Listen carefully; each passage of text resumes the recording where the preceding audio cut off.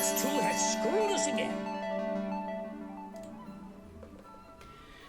Hello, VOD people. We are back with KH2 Platinum Trophy Run. Last time, I had a lot of confidence as I headed into the Oogie Boogie fight, saying, hey, it's Oogie Boogie and KH2. That's an easy one.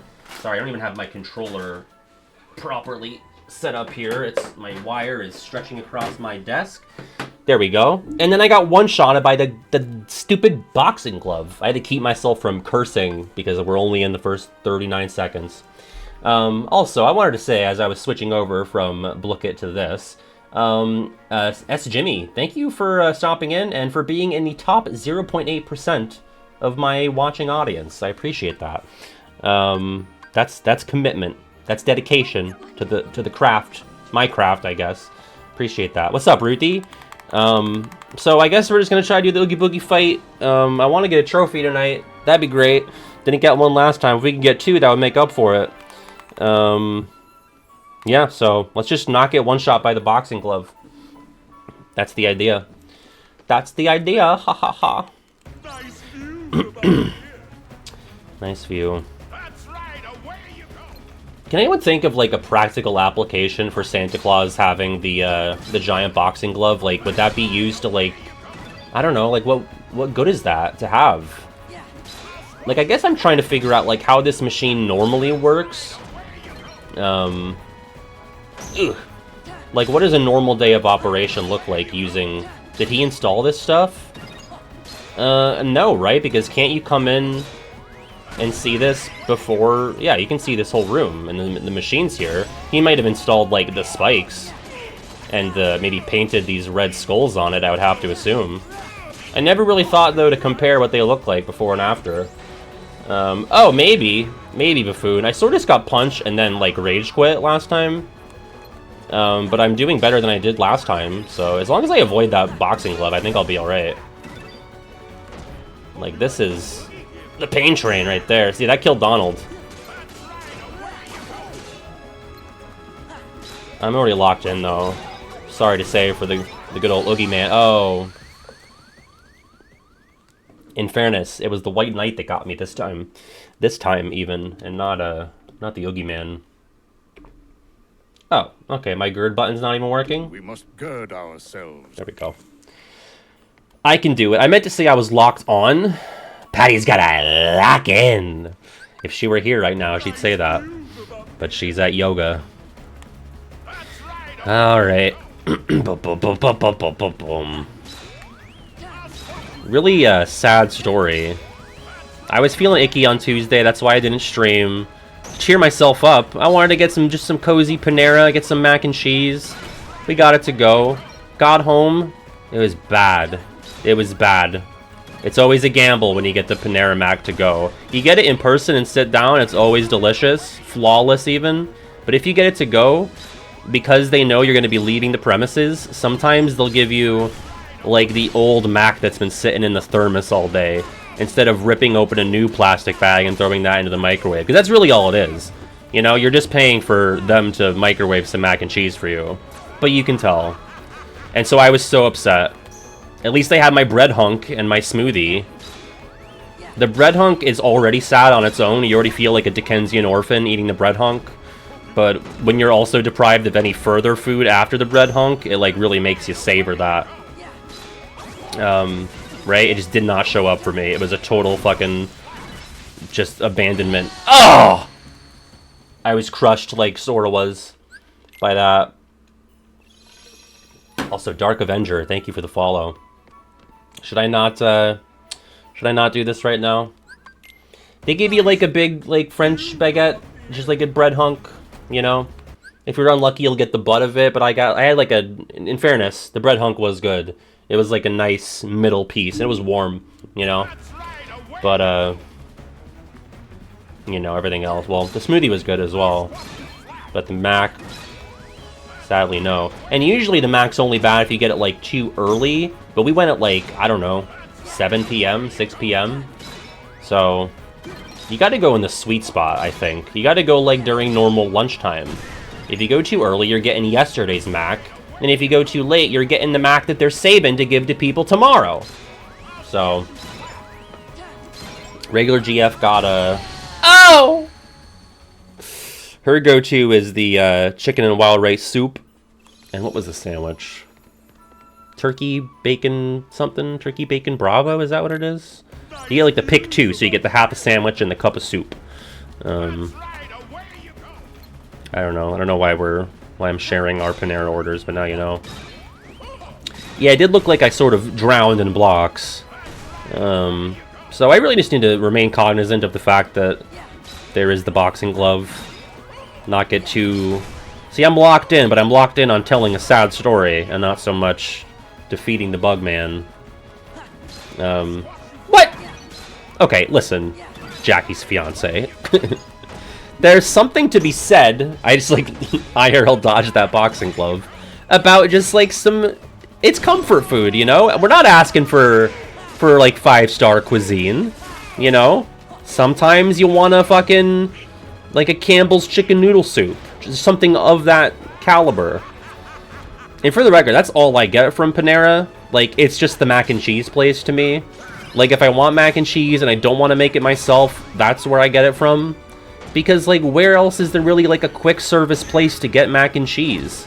I guess you can go to, like, you know, a Popeyes or a KFC, right? They have mac and cheese as a side, but that's not really the kind that I want.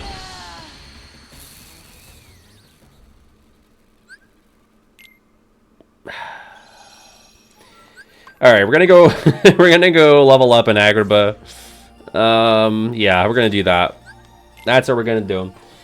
Yeah, I could make it myself. My go-to is the Annie's white shells, white cheddar shells. But I don't know, like there's just something oh my god, could you just fucking get it? There's something to be said about some hot to go Panera Mac. The one where he bitched about Panera mac and cheese for the first 7 minutes. I don't know. And I like a smoothie from Panera. You know, like, it's not just the mac. Like, I always get a strawberry banana smoothie as well. And the bread hunk. That's not, like, the seller, but it's a nice bonus. So, that's what I think. I was thinking the other day, regular GF was using... I can't even win the Luna Bandit fight. She was using a Tide to Go pen, and I was like, you gotta just imagine that there's some Tide, like, marketing agent who's just, like, so excited to get in contact with Chapel Roan's people, but then he realizes that the letters don't fit, so it's not an easy jingle. Because imagine how good the brand deal would have been in the summer of 2024. T-I-T-E-T-O-G. Oh, fuck! That's what I imagine actually happened to a real person. It happened to me. Because I was, like, excited about it. I was ready to do Tide to Go, Hot to Go remix, but it doesn't work. Rhythm's all fucked up. We do have to open all the chests, so I might as well get on that. Mr. Taco Belmont, thank you for the sub, and good luck on your fight with Dracula. You know what? I've never been to a Cheesecake Factory. And I did think for a long time that all they did was cheesecake, or at least primarily. Which maybe it is their primary, but I understand that they just do fucking everything. Like, they have, like, one of the biggest fucking menus. T-I-T-E, Tide. See, the second half it works, but what do you do with the hot 2 part? You know? I guess you could go T-I-D-E. Just that. T-I-T-E, Tide to Go. T-I-T-T-I... Did I say tight? T-I-D-E, Tide to Go. But then what do you do with the rest of the song, of the chorus? You know? Where the fuck am I going? The palace. That's right. Yeah, no, I should make it to Cheesecake Factory at some point. I just don't think I've ever been in, like, short driving distance of one. Alright. And when I get one shot by the fucking Chasm of Challenges, what then? What do we do after that? Also, now where do I go? Am I going to see the peddler now? The chronology of KH2 Agrabah is lost on me. Really? Because I was just singing Hot to Go. What's up, damn Bop? Wait, that's not the peddler shop. Oh! Oh! Oh! Thanks, Donald, with his dying breath.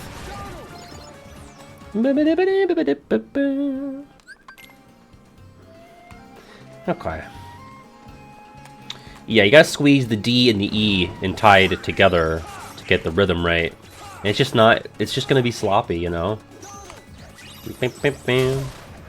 A Crane Wife concert. You're the second person I've ever heard reference the Crane Wives. Crane Wife. And that the other person was almost Sorbet. And I don't think they're here right now, which is a shame because I'm sure they'd be thrilled. Because I remember that was a guess for a Spottle, and I like made fun of them. I was like, that's not real. That can't be a real thing. And Pat, I guess. What the fuck? I don't get no respect. I'm the Rodney Dangerfield of Twitch streamers. I know most people are not gonna get that. Oh, to be old. Not that I was the age demographic for Rodney Dangerfield either. Favorite world battle theme? Well, I'm a bit of a slut for Scherzo di Notte. Yeah, Ruthie would, yeah, that makes sense. Lingualogic got it. Yeah, I got bug eyes. That's my thing. But yeah, good old Scherzo. What else? What's a good battle theme? I mean, Working Together, actually. That's my true favorite, at least in KH2. Maybe ever, though? Probably ever. Field themes in KH2, I am actually quite fond of the Home of Dragons. Even though I don't love the world itself, I do like the theme. I agree. I think it's just like the perfect amount of cheer, and it's so bombastic. Oh! Yeah, Edge of Existence, the Scala Battle track, that's another all-timer. That's on my top 10 snubs list for Melmem tracks. Ooh, I do like both Beast Castle music tracks. Let's try this again. Oh. Oh yeah, you're right, he does, Barnabas. Which I definitely didn't pick up on as a kid, but when I watched Aladdin more recently, whenever that was, I was like, oh, there you go. Me too. Me too. I don't get it. Free money. Don't understand it. I would have paid $20 for like a bunch more Renaissance songs. I was on like a big Melmem kick. I haven't played it in a long time now because I got Theater Rhythm, but you know, there was still a market of people who didn't know about Theater Rhythm that you could have cornered and kept them on the hook for like, we could still be getting Melmem DLC. There's no reason they couldn't be doing that shit still. They should have hired fucking Water KH. You know? Make tracks for us. It's so annoying. Ah! I have a theory, by the way. So, Bioroxis, I probably shouldn't say... well, no, it's nothing to do with him, but he told me that, oh, there's a campaign for double exposure going on right now, and you can, you know, apply to have a code sent to you. And I was like, alright, yeah, I'll do it. Although, again, it reminds me of a time when, I can't remember what the other application I saw years ago, but it was like, tell us why you deserve to get this. And that always makes me uncomfortable. I don't want to do that. But I explained, like, hey, I love Life is Strange, and I streamed True Colors with my audience back in 2021, and we all loved it, and I would love to get to do it again, and I'm so excited for this game. And they rejected me. And Bio was really surprised. He was like, 90% chance that was a mistake, and you should like reach out and see if like you submitted the application wrong, or you know, if someone like misclicked. And I was like, no, I think they just don't like me. But now my theory is that, and this is not going to help if they don't like me. I mean, they did give me a KH code, but I I think they maybe thought I was not going to be nice about the game. If they know anything about me. I don't know. I don't know how closely they monitor, like, my personality and attitudes, but... Mr. Taco Belmont, thanks for the follow. I always love the follow after the sub. It's a power move. But I don't know, like, would you gift the code to someone who you're pretty sure is not gonna be nice about the game? And that's, I would have felt a little guilty if I got the game for free and then I tore into it, but I get it for free, I did not. I paid real American dollars for that. And yeah, so I guess I did prove them right, if that was the case. But then Bio said, like, oh, it turns out it was a pretty exclusive list of people who got a hold of it early. And, you know, in fairness, I am not a Life is Strange content creator. I'm not even really a general, like, a variety streamer. I'm a Kingdom Hearts guy, so... I did have fun streaming it, yeah, I mean... You know, between that and the Quarry and, like, Legend of Neverland, like, if it's a really bad game, it's more fun than, honestly, a really good game, usually. Like, really bad games, especially when you're not expecting it to be bad, that's, like, the best content. You know, I love KH1, but does it make for the most engaging stream nowadays? I don't know, unless there's, like, a huge... Like, Critical Mix really shook things up. But, I don't know if it's, like, you know, mind-blowing entertainment anymore. But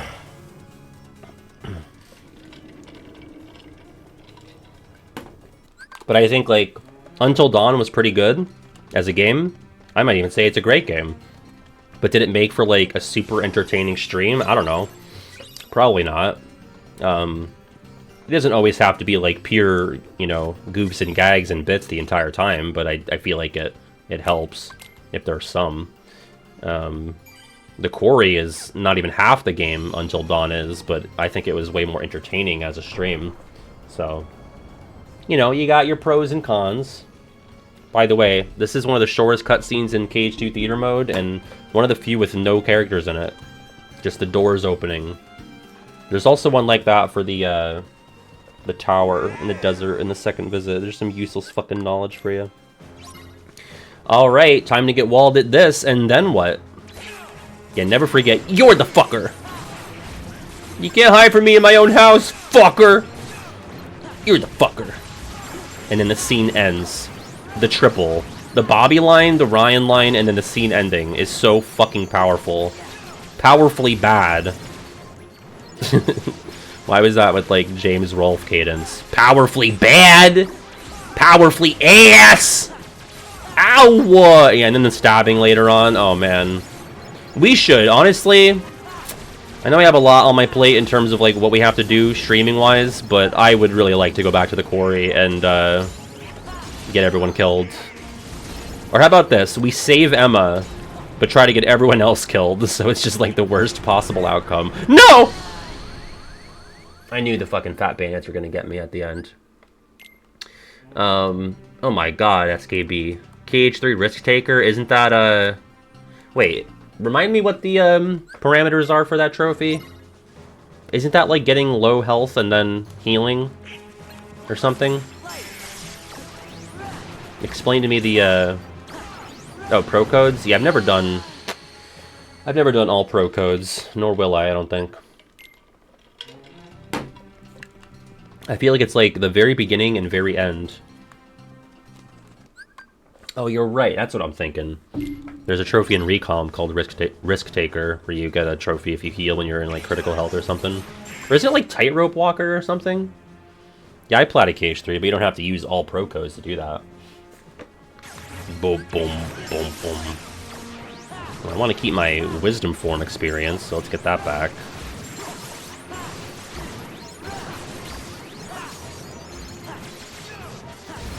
Pro tip. Fire doesn't actually do double damage on the Icy Cubes, nor does Blizzard on these guys, but it still works okay, but it's just not what you would expect. Bonk, bonk, bonk, bonk. Alright, let's brace ourselves for the fat bandits. Okay. God, it's just such a small fucking arena. Donald, do something! Oh boy. Full swing, bitch. Oh no! Get out! Oh, fuck me. No, Allie. I remember you streaming it because I remember leaving a comment on a VOD about using... So wait, I did what you're saying? I'm so confused. I just said, yeah, I'm pretty sure it's called Tightrope Walker. Unless I didn't say it and I cut myself off. I at least thought it. I can't prove it, but I was thinking it. I love when I get walled by something, and so I go somewhere to grind, and that walls me too. I did say it, thank God. Thank God. Okay. I told you the Chasm of Challenges was gonna fuck me up.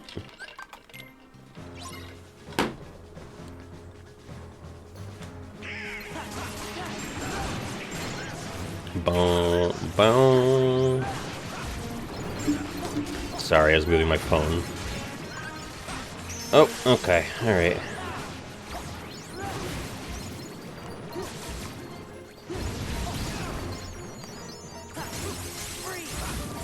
Yo, John!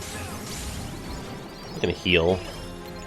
Thank you for the 16 months. 16 long ass months. I know, right? These months have been pretty ass. But thank you. No, you're good, you're good. There's really no good time to get my attention today. Oh, what with the bandits? Thank you, Donald. Oh my god, it's just a clusterfuck of flames!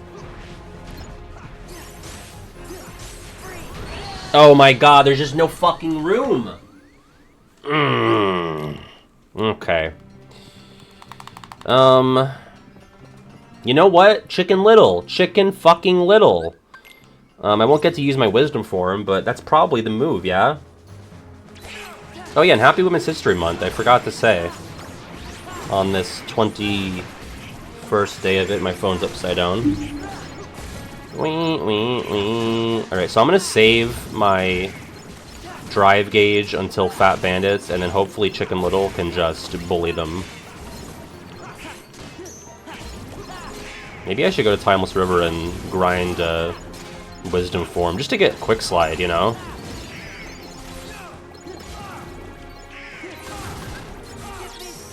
Alright, come on, Zach Braff. Don't fail me now. Oh! Oh, thanks, he healed me a little bit. Oh my god. Oh, thank you, little buddy. If you could just... Fuck off. Oh my god, he's already done? Alright, well at least we got one of them out of the way. That was a quick exit from Zachary. Alright, he's almost dead. I'm gonna heal. Oh god.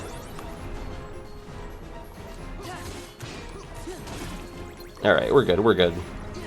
Oh, can't block that, Patty. Oh my god! Getting cooked!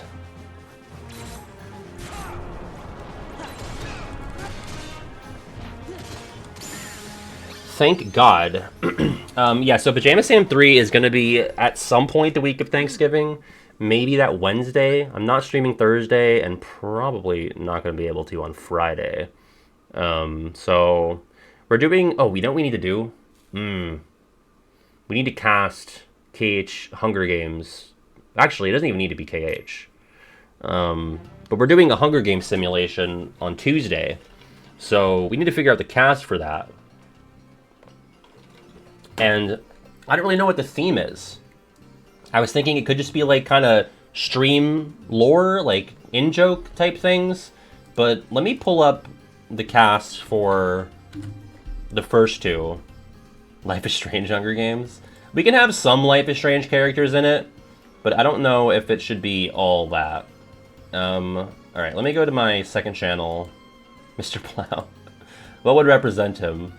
Like a tractor? Alright, so let me type in Hunger Games here. The Gallbladder Games, how dare you? How fucking dare you? Alright, so I want to say the first Hunger Games, I'll get you a date on this. This was January 9th of 2022. And it was... Oh, interesting. Okay, so it wasn't all org members. We had Sora Roxas, Kairi Naminé, Donald Goofy, Riku Mickey, Ven Vanitas, Terra Aqua, Xehanort Ericus, Ansem SOD and Xemnas, Axel and Shion, Larxene and Marluxia, Zigbar and Luxord, and Yensid and Fairy Godmother. So it was kind of just like iconic KH duos, I guess. Sort of, depending on how you look at it. And then the second Hunger Games was... Okay, so we had some returnees. Donald and Goofy. These are all like characters that I do voices for. Donald and Goofy, Hook and Smee, Beast and Zaldin, Sora and Vanitas, Axel and Zigbar, Terra and Xemnas, Aladdin and Homer Genie, Clayton and Snake, Mickey and Pete, Ringo and David Russell, Aerith and Carl Weezer, and Kronk and Phil. So that is the two casts. So I would like to avoid having, you know, the same characters again. But we need, how many people? 24 characters. So pitch me ideas and we can lock them in. We gotta lock in 24. So I'll pull up a Google Doc. We won't have to stop down the whole stream for this. But if I see something I like, we'll bullet point that. Alright, is it already Lord time? I am Lord, yeah. I think it is. That's crazy. Agrabah's short. It's literally just the Chasm and then this. If this is on beginner, this will be like 5 minutes.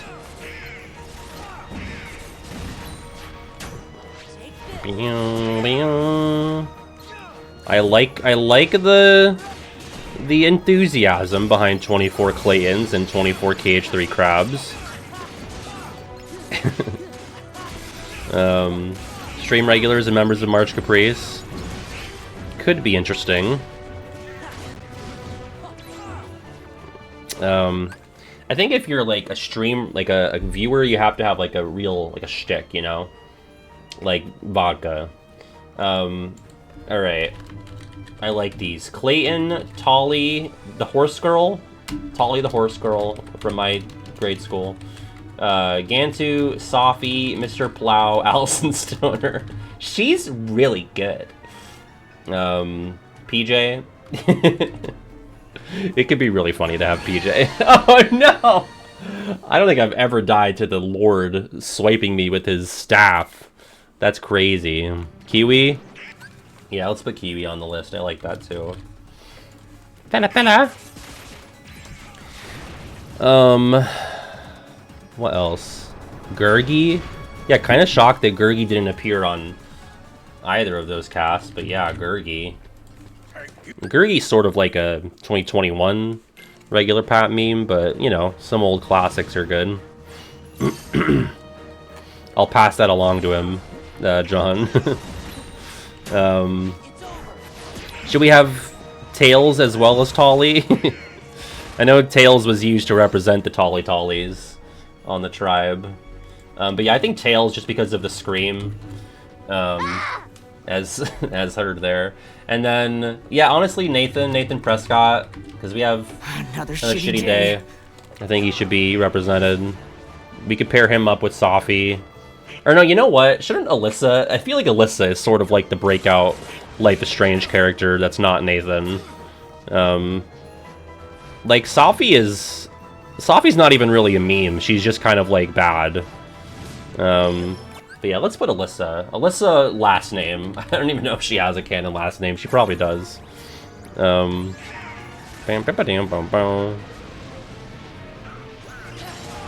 should be interesting teaming these characters up, because it's not like we're casting duos here. Honestly, yeah, Daniel Diaz. Maybe, if anyone's gonna get cut, it should probably be Safi, because that gives us 3 or 4 Life is Strange characters.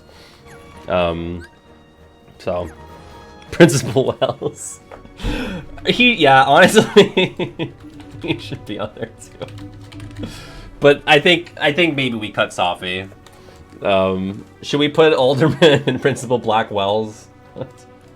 But Alderman's not nearly as much of a meme as Blackwell. You know what? Yeah, Kid Patty, that's actually a great pick. Okay, wait, I should be numbering these instead. Let me see what we're at here. 2, 3, 4, 5, 6, 7, 8, 9, 10, 11, 12, 13, 14, 15. So that's 15. So we're at 15. If we have, you know, an embarrassment of riches, then we can make some cuts. Yeah, honestly, it can be meme picks. Ooh. Do you ever feel bothered by the lack of integration of Disney characters in some worlds? Yeah, always. Kind of bothered by how Mulan and Aladdin feel like afterthoughts in their own world's plots. Yeah, I mean, Aladdin really has no arc here, really. I mean, trying to think. In 2? I mean, even in 1, I don't really know if he has an arc. Beast and Simba and Tron definitely do. Jack does. Skellington, I don't really know about. I guess Jack Sparrow just kind of follows the movie there. Ooh, yeah, Kid Patty and Ryan. Yeah, for sure, for sure. But yeah, I would say Aladdin and Mulan. I mean, Mulan at least has, like, the movie plot, sort of. But Aladdin, I really can't think of anything that he goes through, like, character-wise in this game. Coggers. Okay, we can put Coggers. Coggers can be in. I'll have to... At least I actually already have that PNG, so... Yeah, Aladdin's probably the most under-characterized party member in KH2, at least. Yeah, it's something, but compared to everyone else, did I miss any party members? Bing. I mean, in fairness, as much as I like Orin, does he really have an arc? Like, he makes up for it by being cool as fuck, but what does he really do? I don't know.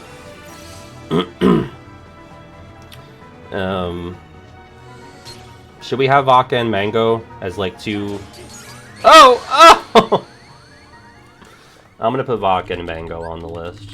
Oh my god, I don't think I've ever gotten Mickey in this fight. Oh, but I can't fucking do anything against, Blizzard. Useless. Oh my god, that's so annoying. And you can't even target the volcano, can you? Okay. Oh, that's true. Should we pair Mango and Kiwi and then Vok and PJ? Yeah, that actually works. I was gonna pair up Kiwi and PJ, just as two people I know, but when you have 4 people, that is the more sensible pairing. Oh yeah, they are both spleens, for sure. But, you know, PJ took Vodka to the final 3 of Survivor as a goat, so there could be an interesting storyline there. I'm kidding, kind of. Mostly because she's not here right now. But yeah, I was gonna say, Mickey was taking, like, no damage from the Lords. That's because he's a Satanist, you know? Type advantage isn't there. Oh! Oh, good job, Donald. You did it. Oh, thank you. Maybe I can't swap out party members? Why? I'm flummoxed. Why wasn't I allowed to swap out for Goof? What the fuck happened? Very Gertie today. Frank's Beans. It's cute, but I feel like we need, like, actual, like, people, you know what I mean? Like, characters. How would Frank's Beans steal from the cornucopia? He's in the cornucopia, you know? You could earn Frank's Beans as a reward. Chewy Fruity Wagon Wheels? now we're getting really abstract, you know? Yeah, where the fuck was Goof when I needed him? I can do it now. What was I missing? Like, why? Frank's Beans is a character. If you say so. The shitter? Oh man, I can't wait to grab a PNG of the shitter. For sure. For sure. Avatar and KH, it's, you know, not as likely as a lot of the other live-action properties. I think we have a much higher chance of, you know, Star Wars and MCU. But I think Avatar is probably third there. I just don't know. Well, I mean, if they're gonna do like live-action remakes of Disney movies, then I think a couple of things are ahead of Avatar in the queue there. But it's definitely possible. I don't think it would not work, you know. Pajama Sims butt flap from PJ Sam 2. We did the hidden fucking contra code bullshit. Meow meow. Listen, the duos don't have to be perfect, okay? There can be some island of misfit duos. So what are we at now? 16, 17, 18, 19, 20. So we need 4 more. I need 4 more inspiring picks. Me.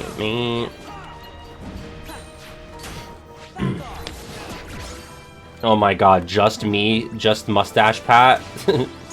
Should it be Babyface Pat and only Mustache Pat? We could do Jabib and Presto. They're not that memey, but the little guy. I mean, again, the little guy is my gallbladder. The most terrifying version of me. I don't disagree, for the record. I didn't, like, you know, take that picture. Oh, thinking I was rocking the look. God. You know what? Just to fill the cast a bit, Jabib and Presto. That puts us at 22. Ooh, okay, the Spore Jabib. I like that, yeah. I'll do that. Spore Jabib.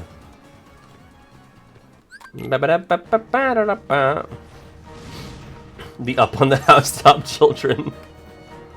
That's cheating. That means they have an advantage. You know? They would solo. And by solo, I mean not, because there's like 12 of them. The Zune. That's real deep cut Ultima shit. The monkey who burned me? I'm trying to think about what this means. The monkey who burned me. That sounds like a novel I would write over a summer. Ooh, Cubby? Yeah, Cubby hasn't been on any of the Hunger Games lists, right? So... The chat from Crash Bandicoot. Oh, from the Pat Death Deer list. Another deep cut. Let's heal.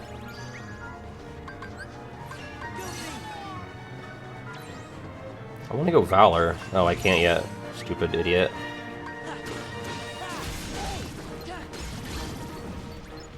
Come here. The monkey who burned me, the spy who loved me. Alright, let's drive.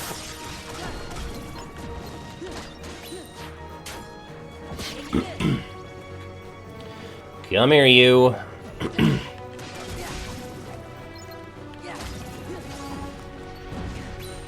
Oh, whatever. Lin-Manuel Miranda? Yeah, for sure, for sure. Lin-Manuel Miranda. Okay. So what is this now? 16, 17, 18, 19, 20, 21, 22, 20. Okay, that's 24. So, and I think we could make some cuts. Like, do we need Safi? Probably not. I feel like Clayton was already in the last Hunger Games, so I don't think we need him as well. So I think 2 alternates could be applied.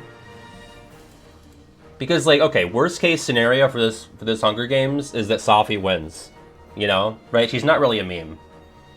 And then again, Clayton has already made an appearance. I'd like for this to be a fresh batch of newbies. If Daniel wins, it's very funny, you know. Like, but if Safi wins, it's like, who cares, you know? Who cares at all? Louis C.K. from Pirates of the Caribbean. Morin. Honestly, yeah, I'd rather have Warren than Safi, even though that's still another Life is Strange character, because that gives us Warren, Principal Wells, and honestly, if another Life is Strange character is going to get cut, it's probably Wells, because it's not so much his character that's funny, it's just the realization about Principal Black Wells. So, I think he could still be cut. But yeah, it gives us Warren, Nathan, Alyssa, Daniel, and Principal Wells. And I think Principal Wells would be the cut there. Samuel, I think, is a funnier pick than Principal Wells, but I'm still not, like, sold on it. It is an important meme. So... Ooh, I have to preheat an oven real quick for regular GF, so I'm going to be right back. But think this over, and hang tight.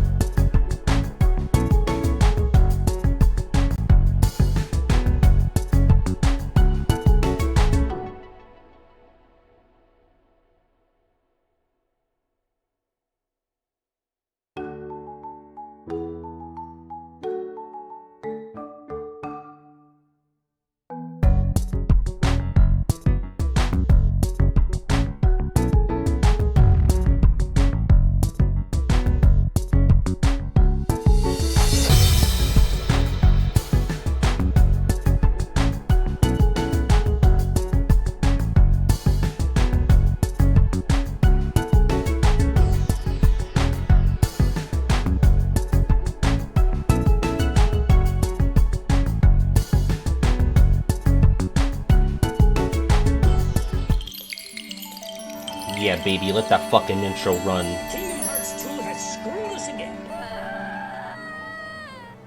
Woo. Okay, we're back. We have any ideas? Oh, Elliot, the open season deer. Absolutely. Okay, absolutely. And I will replace Clayton with Elliot. Which... Elliot's not in the lore doc yet, is he? Yo, Phoenix, I gotta watch that clip you sent me. Even. We must gird ourselves. Oh, Neb? Fuck. Is another Life is Strange? Okay. Do we cut Principal Wells for Neb the bowling ball? Hammy from Over the Hedge. I do reference Hammy in some older video. Because Neb I have a voice for. Yeah, I'm gonna do that. Sorry, Principal Wells. I will replace Clayton with Elliot. Lacrosse coach switching the lineup. That's really good, T-Mac. Good job. I fucking hate Neb, but whatever. Come on, Neb's great. We love Neb. Bitch Whale? Oh man, that's an old one. Dot, I was saying that someone mentioned the Crane Wives, and I was like, that's the second time I've ever heard that. So I thought you should know.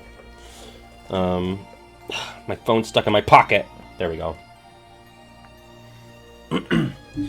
Okay, I want to say it was Panda Pyre who mentioned it, but I could be wrong. Alright, let's go kill Oogie. Get revenge. And actually, do I have Wishing Lamp now? No, but I have these other two losers. I don't think I'll use them. No. Okay. I could go buy some fucking more armor. Whatever. I gained like 2 levels, didn't I? You get vanilla this early in explode, or you get explosion this early in vanilla? You ever notice after COVID that your brain's not as good? You ever just like find yourself just speeding, just completely 90-degree angle down a hill with a sentence, and you're just, oh wait, I gotta bail on this. Yeah, that was me just now. I can't believe it takes you this long to get vanilla in Explosion. Okay. We're just mush. We'll just be mush as a society. I think law and structure, ethics, being able to say things is overrated, and we should all just be mush. Back where it all began. Let's see, if I get hit by the boxing glove, will it one-shot me? I know I got a max HP boost during Agrabah, so maybe there's some hope. Whoa!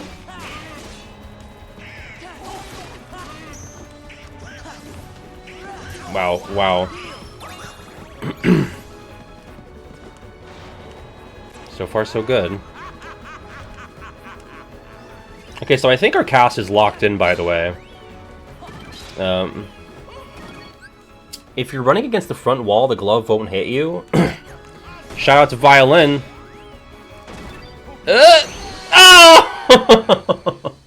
Well, the glove still one-shots me, so maybe we shouldn't even bother with this still. We can go back to Twilight Town. Our cast is locked in. Punched by boxing glove. Yeah, don't say locked in. That's the bad phrase. That's the secret phrase. Could do Pride Lands, yeah. Buffoon, I am so taken by the fact that you put Pride Lands on your 100 favorite video game location list. What about this drab, flat piece of shit drew you to putting it on your top hundo? I gotta know. I gotta know more. I meant to ask you this earlier. Ooh, yeah, I should get Quick Run. Okay, well, let's get treasure chests. And then let's do it. Yeah, please. I mean, I won't be able to read it in here probably, but drop it in Ultima Club. I just think, like, wow, of all the ways they could have done that world, they picked the worst way to do it. Like, I get that it's gotta be drab, you know, based on the time frame that it's set in, but I don't know, man. Would have loved for the second visit to bring back any bit of color. Because here's the thing. Here's the thing, right?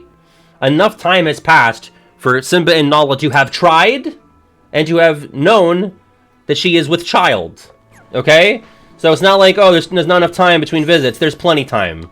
How long... What's the lion gestation period? I'm sure it's shorter than 9 months, right? But still. Like, to try and to know? Because Rafiki supplies the pea sticks? What's up, Vodka? There's a chest. Working on this right now. I just want some greenery, you know? 100 days? That's enough time for the greenery to go back. Grow back in cartoon logic? God, brain. Didn't Simba have a son before Kiara and other expanded material? Yeah, but that's not canon, right? The whole thing with Scar's name being Taka, and then he got... And that way Taka means trash, so they just hated him from birth. Right? It's really fun to play as Lion Sora. The giant drab savannah is justified by the banger ground shaker fight. I've said this myself. I've said, okay, listen, if they gotta have the giant boring savannah, but it justify or it like it helps the ground shaker fight be a thing, then I feel that's justified. Yeah, I guess the jungle is lush, but I don't know. It's my favorite Disney movie, and it's just like, what a bore. The jungle is kind of lush, but it's, you know, I would say generic, but in the movie it's not much more than like a generic jungle. I don't know. Lift up a log and show us some colorful bugs. Show me the log where they walk across that makes them get so old. You know? Just give me more logs, I guess, is what I'm trying to say.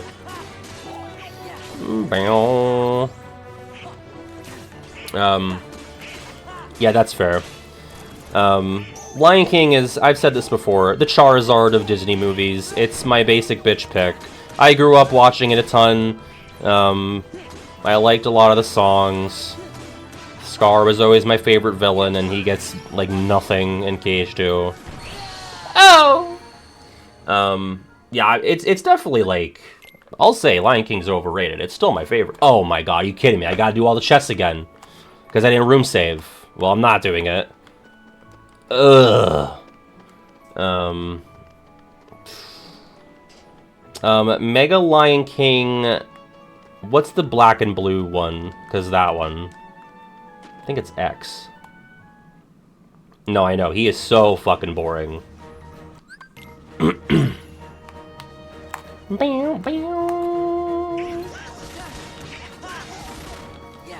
I might be too weak to get through these Berserkers, you know? I don't know where I go. I guess I could go do whatever I can of Pride Lands. The reality is I probably just need to grind.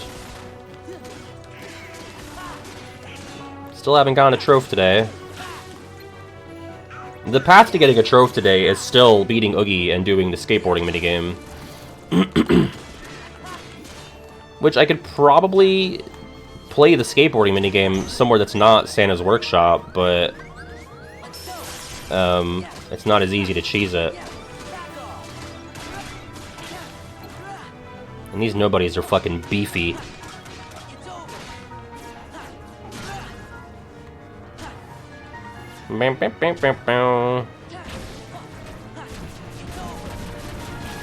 How am I gonna represent Tolly the horse girl for my for the Hunger Games? Cap. That's true. I could do that. Oh yeah, Buffoon. I was actually in the middle of your video when I had to get ready for stream. I was in like the Zelda part, but no disagreements from me so far. Yeah, no, I don't think I, in good conscience, I could pull Tolly's Facebook photo. I could. How about I do a crude drawing of her in MS Paint? Or I could just get a picture of a horse to represent her being a horse girl. Bam. Or maybe I could, what's like a really rude Animal Crossing character? Oh, Phyllis. I could represent her with Phyllis. Because she was so rude to me because I was playing Animal Crossing at my birthday. Oh, fuck. The Berserkers are Tolly stands. What else? Talia al Ghul from Batman. Sure.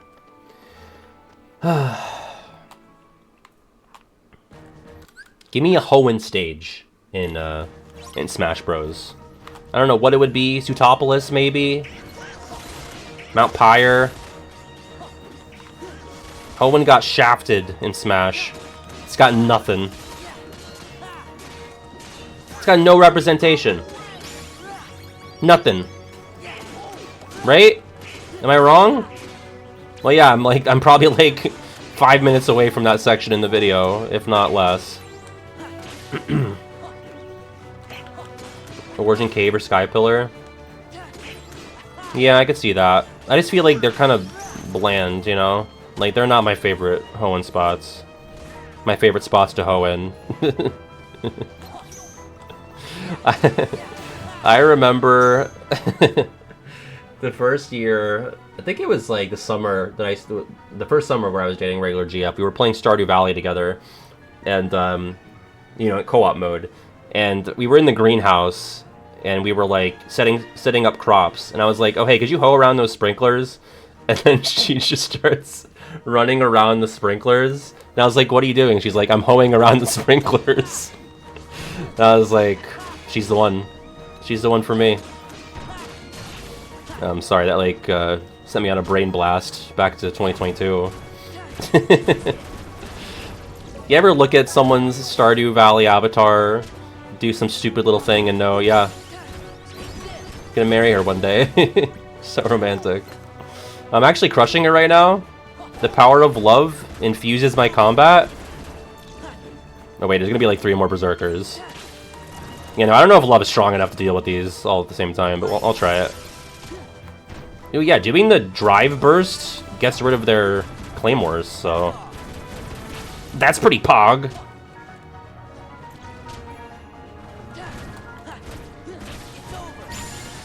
Look at that, love wins.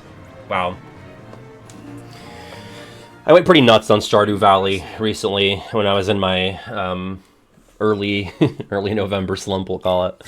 I got perfection, so... oh god, it's Lexius. We have to do those, don't we?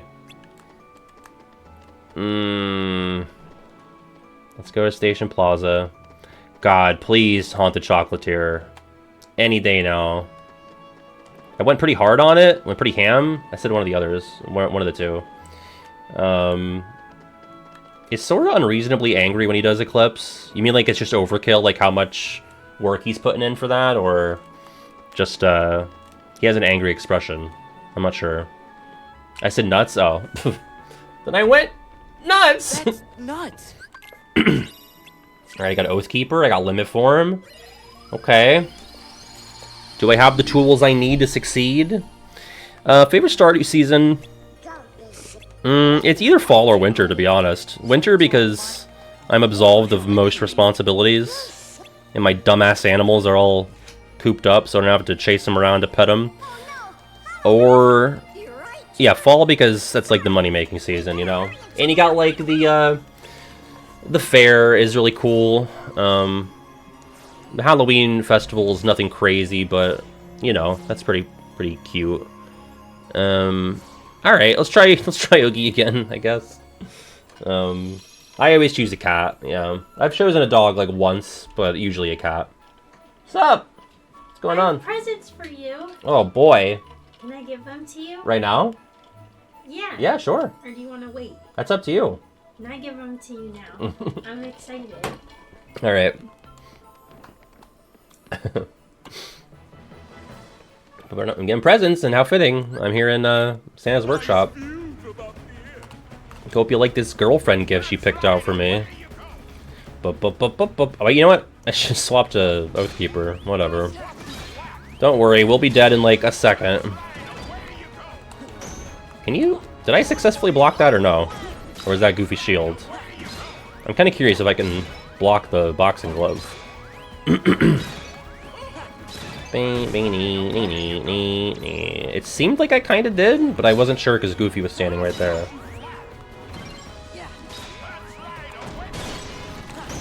Ooh, that's science, baby! We're learning science now!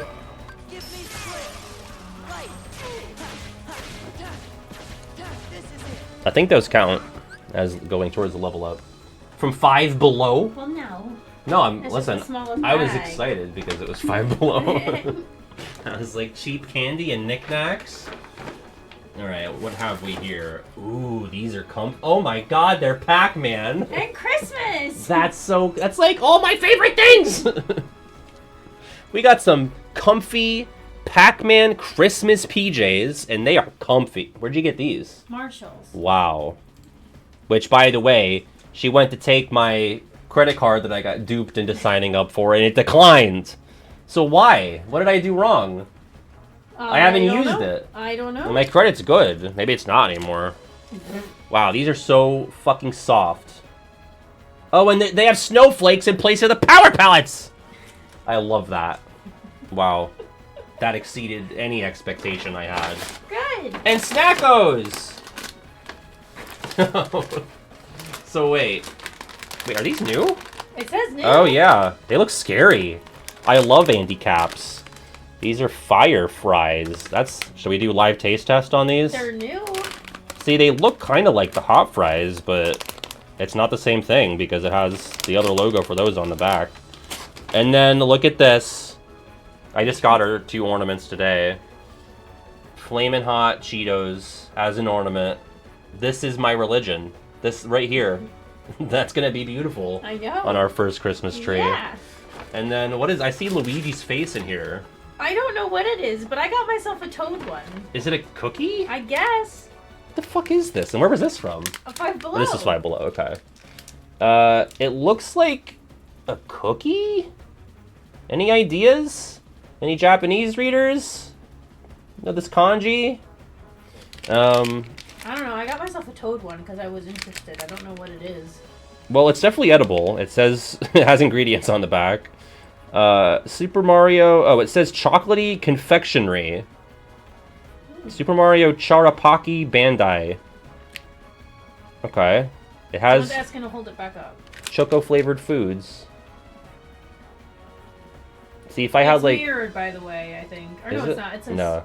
Well, I mean... No, it's not mirrored, yeah. So there you go.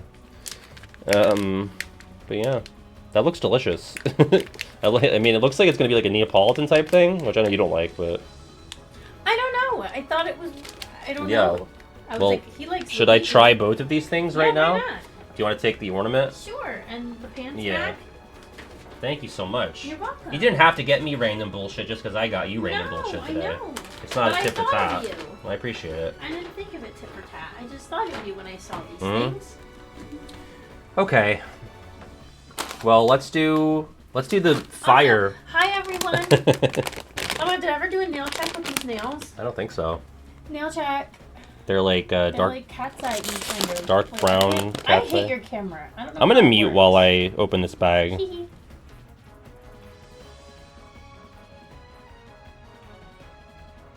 Save you from that. Crunch. Okay, they are red. As you continue to crunch the bag. Sorry.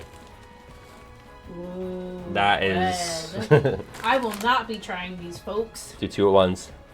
That's bold. Ooh.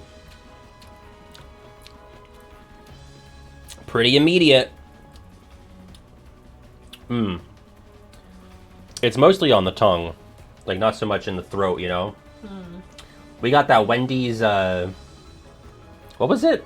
Ghost Pepper Ranch? Ghost Pepper Ranch. It was actually really good. That was good, but that was like a spice like in the throat and not so much on the tongue. Alright, let's try the Luigi Chocolatey Confectionery Super Mario Chara Pocky. Everyone's saying don't eat Chara. No, sorry, Chara. It's just good business. I can't open this. There we go. Okay. Oh, cute! It's Mario, though. What? Are you kidding me? That's so funny. No! That is so... Freaking Mario. That's so fucking Luigi. It's Mario. The package is prominently Luigi. This one's supposed to be Toad, and it has a picture of Toad. Oh, please let it be Toad in there. Because if they... It's so sad if it's not. No! That's so funny. Oh, it has like... It looks like crunch... Ooh, I like love me a crunch. little rice puff How the heck things. did you open yours with this sticker on it? Yeah, I know. It's inside? awkward. Okay, let's see. Reveal. Is it Toad or is it Mario? It's Yoshi? So I guess they just don't match the... They don't match Are the you packaging? effing kidding? Listen, it's not about the packaging. It's about what's inside. Yeah, and I wanted Toad. Yeah, that's fair. Here's the Toad bag. I'm gonna eat it now. Here's the Toad bag and the Toad. Toad was not included. bag. Toad not included.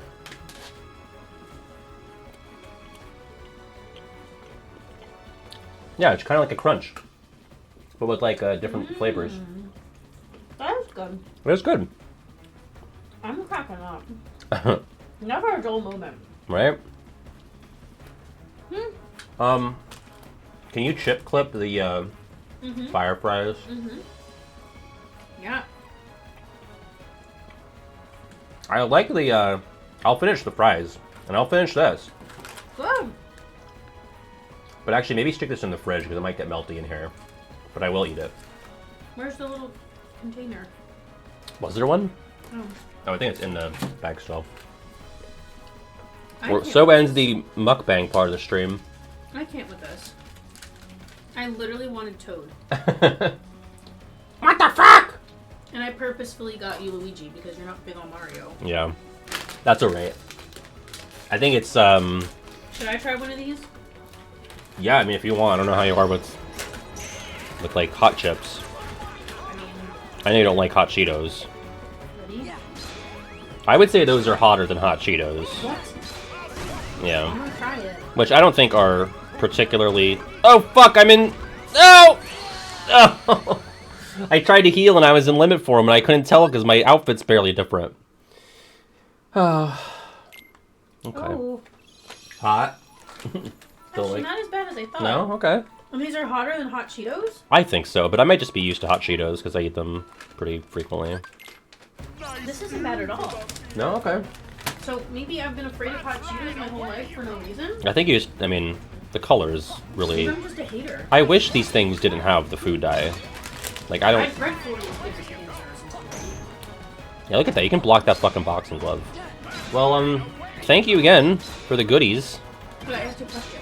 Yeah. Is Red 40 like toxic or whatever? Oh, probably. I mean, they probably all are. I think they banned something in California. There was a whole story months ago about like how Skittles or M&Ms, one or the other, were gonna get banned in California. And I don't know if that really turned into anything or not, but Well, this does have Red 40. yeah, 40 red. Means. Yeah. Anyway, Thank you. you're welcome. I'll be. Let me see. What time is it? 7:30. So it'll be a bit, but That's okay. feel free to pop in or do whatever. Buy any packets. Got the pizza in the oven. Not yet. Okay. I should have done that before I did all this, but whatever. It's fine. Got you. Love you. Love you. Anyway, boxing gloves. I can't believe that they did that to my man Luigi. I mean, actually, I can believe it. It's very consistent with what happens to him. But I was really hoping that that Toad would be in there. That'd just make for a funnier bit. What do I gotta do? What have I done? Gotta explain myself? What have I done this time? See you, T-Mac. Enjoy the food. Ba, ba, ba, ba. Oh, so, oh, I'm so sorry, Chara. I'm so sorry. Well, again, it was for the greater good. It was for content, which is the greater good. I just realized, okay, he hasn't moved portals yet. Oh, God, pull. Okay. Where did Chara go? And I can't see because OBS sucks. Where did Chara go? We have Final World, Davy Jones' Locker, Hades' Underworld. I'm just gonna say Underworld so it fits.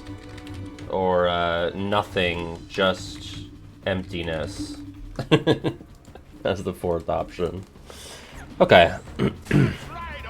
That's right, away you go. Fuck me.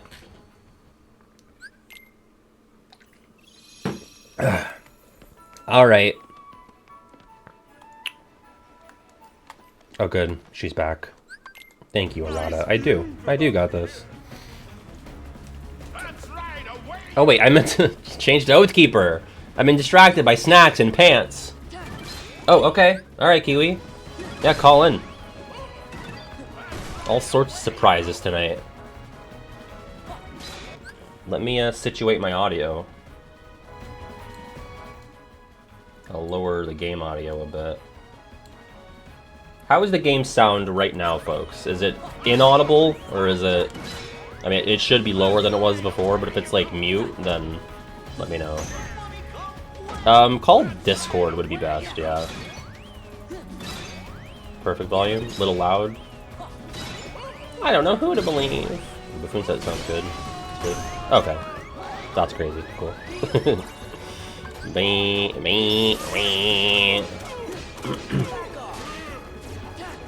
Help, Pat fucking killed me. Yeah, isn't it sort of like a thing of respect to consume the flesh? That's like Jesus' whole thing, right? It's actually a huge show of respect. Don't take such offense. Good night, Birdie. Have a good sleep. Oh! Again, IRL, DI.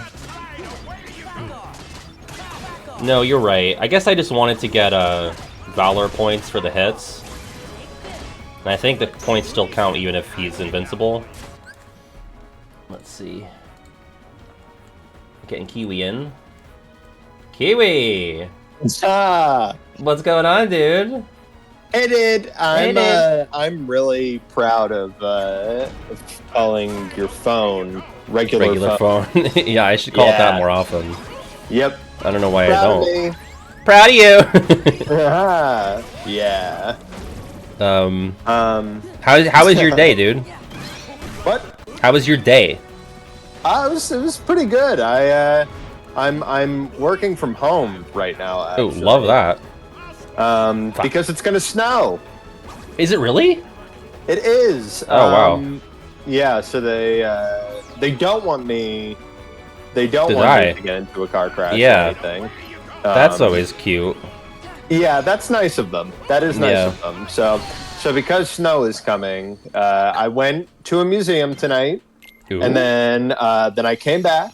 I wrote a story about it, and now I'm just here, and I'm like, the people haven't heard from me That's in a true. while. It's been a hot minute. In a live format like this. That hasn't happened in quite some time. What kind of museum did you go to? It's like a natural history museum, but okay. but I was going for an art exhibition though. Oh, okay. Gotcha. It's about an artist from closer by to me. Right. So I drove me. Yeah, I drove out of the way a little bit to go to it, but it kind of had a local flair. So it's like, this is relevant, and I want to fucking go also. Yeah. And that was kind of the determining factor. Like, it possibly could have just been like not something that was going to have a story written about it, but I was like, you know what, motherfuckers, like, I want to do it, and I had to write about election adjacent things for so long that you know what, now I get to fucking write something fun. I'm gonna go hang out with non-assholes, right, and I'm gonna have a great time. So and I did. I really enjoyed myself. Love that for you. I had cheese and crackers. Oh my god, that's the best combination of anything. Yeah. So we really popped off tonight. Yeah, is what I'm saying. Folks, Kiwi works for the same organization that did not fully pay me for the freelance writing that I did. I think I brought that up one time. I was like, I think you owe my friend Patty some money. My friends, yeah. It's a very long story on how I think that got brought up, but yeah, that's fun. But anyway, yeah, we're really doing well right now. Wait a second, is cheese and crackers? Is that a meme here? So regular Pet World? I spotted you in chat the other day. I didn't have the time to expand on it, but you said that Pajama Sam is very important to you. Did you play the first Pajama Sam as a kid? What's the one where he goes in the mine and he goes? Yes. The geysers. That one. Yes. That is the first one. Okay, so you might not have caught this because I think it's optional in every playthrough, but there is a mini game in which you play tic-tac-toe, except it is cheese and crackers. Oh, yeah. Against a toaster. And so I almost lost, like, really badly to the toaster when I streamed Pajama Sam 1. When did you stream it? This was probably 2022, if I had to guess. Oh, okay. This was like a million years ago. Yeah. Yeah, aka 2. Okay. Yeah. Gotcha. I'm actually streaming the third one next week. Well, yeah, because I thought you were going to be playing one of them, like you're saying. Yeah, that's week of Thanksgiving is the plan. It's like, wait a second, did I miss something? I've been on a roll in my attendance at these streams. I didn't think that I missed Pajama Sam. No, it's coming. It's coming. I mean, we're thinking next Wednesday. Is it well known with like this current chat crowd, like why Pajama Sam would be important to me? Because it's been a long time since I've been referred to as my actual name. Yeah, no. The thing is that my name is actually Sam. Yeah, I don't know if, I think if you go back and watch, like, the Melmem podcast, I think I call you Sam in that. Yeah. But, like, so, I don't call you Sam anymore at all, really, in any context. Like, even if it's around people that don't know you as Kiwi, like, it's just so natural for me. Like, I was back home, I think, during the election, because I had to vote. Yeah. And I was talking, you came up in some capacity around my parents, and I was like, oh yeah, Kiwi's doing XYZ, and my dad was like, "Who the fuck is Kiwi?" Who the fuck is I was that? like, Sam last name. He's like, "Oh, okay." It's like, "Yeah, it's Kiwi. Whatever." Yep. Yeah, But, it's Kiwi. Yeah. Yeah. Well, there's like some people that we have in common, actually, where like if they call me not Kiwi, it's Right. the guy who's not Kiwi. Yeah. If they call me not Kiwi, I get a little offended. Like I think I did something wrong, you know? Yeah, Kiwi's on the line. Oh my god! Worlds colliding right In here. your ears? Yep. On stream. He's in my ears. Oh my gosh! How did Yeah. he get so small? I know. How did he get so So small? small. I actually, I said that in my real life the other Can you day. hear me? He can't hear you, no. Oh. I can hear. Oh, you can? I can. Good. You had the chance to use that IRL? I did, yes. I had the chance to say Under like, what something context? about like it wasn't about me. It was about somebody somebody else was like, how did they get so small? Oh, okay. Okay. Fuck. Yeah.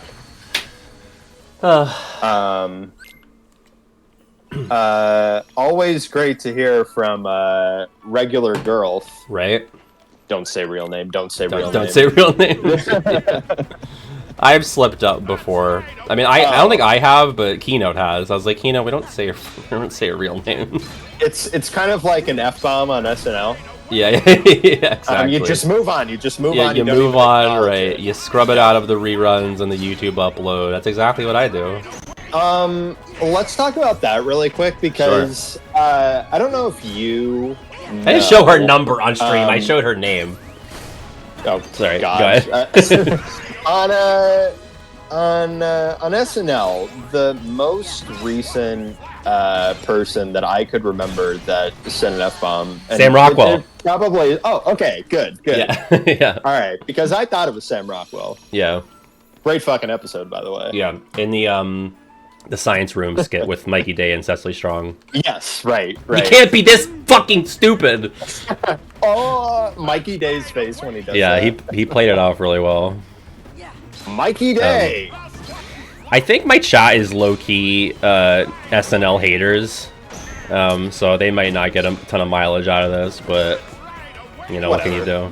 I feel like most people our age aren't. I feel like I think we've had this convo on stream before actually, but I think a lot of people view SNL as like mainstream millennial humor, which I think in some cases it is, but like when you have fucking Beck Bennett and Kyle Mooney on that show, it's like the furthest thing from normie. They're not on it anymore, of course, but that was like peak era for me. I watch SNL like just for the hope that there's like one good sketch every Right, episode. exactly. Like I'm not like I'm not dick riding SNL. Like it's not like I wouldn't call it one of my favorite shows. But like there is something of an allure and a mystique behind the idea of putting on a live show once a week for a season. And yeah, like you said, sometimes there's a really good sketch or someone says the fuck word. Because if something does hit, like that's exhilarating. Like when something actually works, it's like that whole. I mean, we've talked about this one too, but like the whole Ariana Grande episode was like. It was a great episode. Wow, what the fuck is going on here? They're just hitting on everything. Right? It was great. Right now. Yeah. It's stupid how I know I've talked about My Best Friend's House as like my favorite thing. Oh, it's so good. It's so good. But we haven't talked about how great the charades skit is in that episode. Charade. Oh yeah. Where she's like the Midwestern mom and she gets into a fight with Bones. Yeah. I love that. They're all great. What, she got a tiny pecker or something? Yeah. I was like, I didn't realize you could say pecker on SNL, but you can. Can you say it on stream? I just did, so. Yeah, I guess it's okay. I guess it's okay. Now, the Charlie episode, I thought was probably the second best one this season. Yeah, I would have to agree. I think there were some, like the It Girl Thanksgiving one, I probably am not the target demo for that. But, yeah, right. So. That wasn't hitting super hard for me, but like the Lonely Island or the digital short one. Yep. A lot of people were annoyed by bringing back Domingo so quickly, but I think, you know, in the age of the internet, like, I think you kind of have to move quick with these things. Sure. So I don't really hate it, to be honest.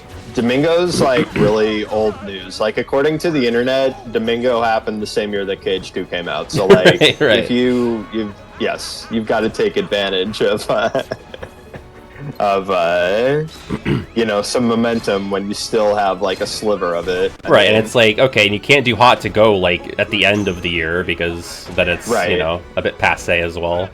They also definitely like realized like a couple weeks too late that Domingo and Hot to Go have the same amount of flutters. Right, so they probably would have just started with that, but they were like, you know what, who gives a fuck? It was super successful the first time. We have this, let's just like do the same thing over. I think it's also like the appeal of getting the TikTok girlies talking about how one pop girl covered another pop girl. Right. You know? Because that's how Domingo blew up, was on TikTok. Sure.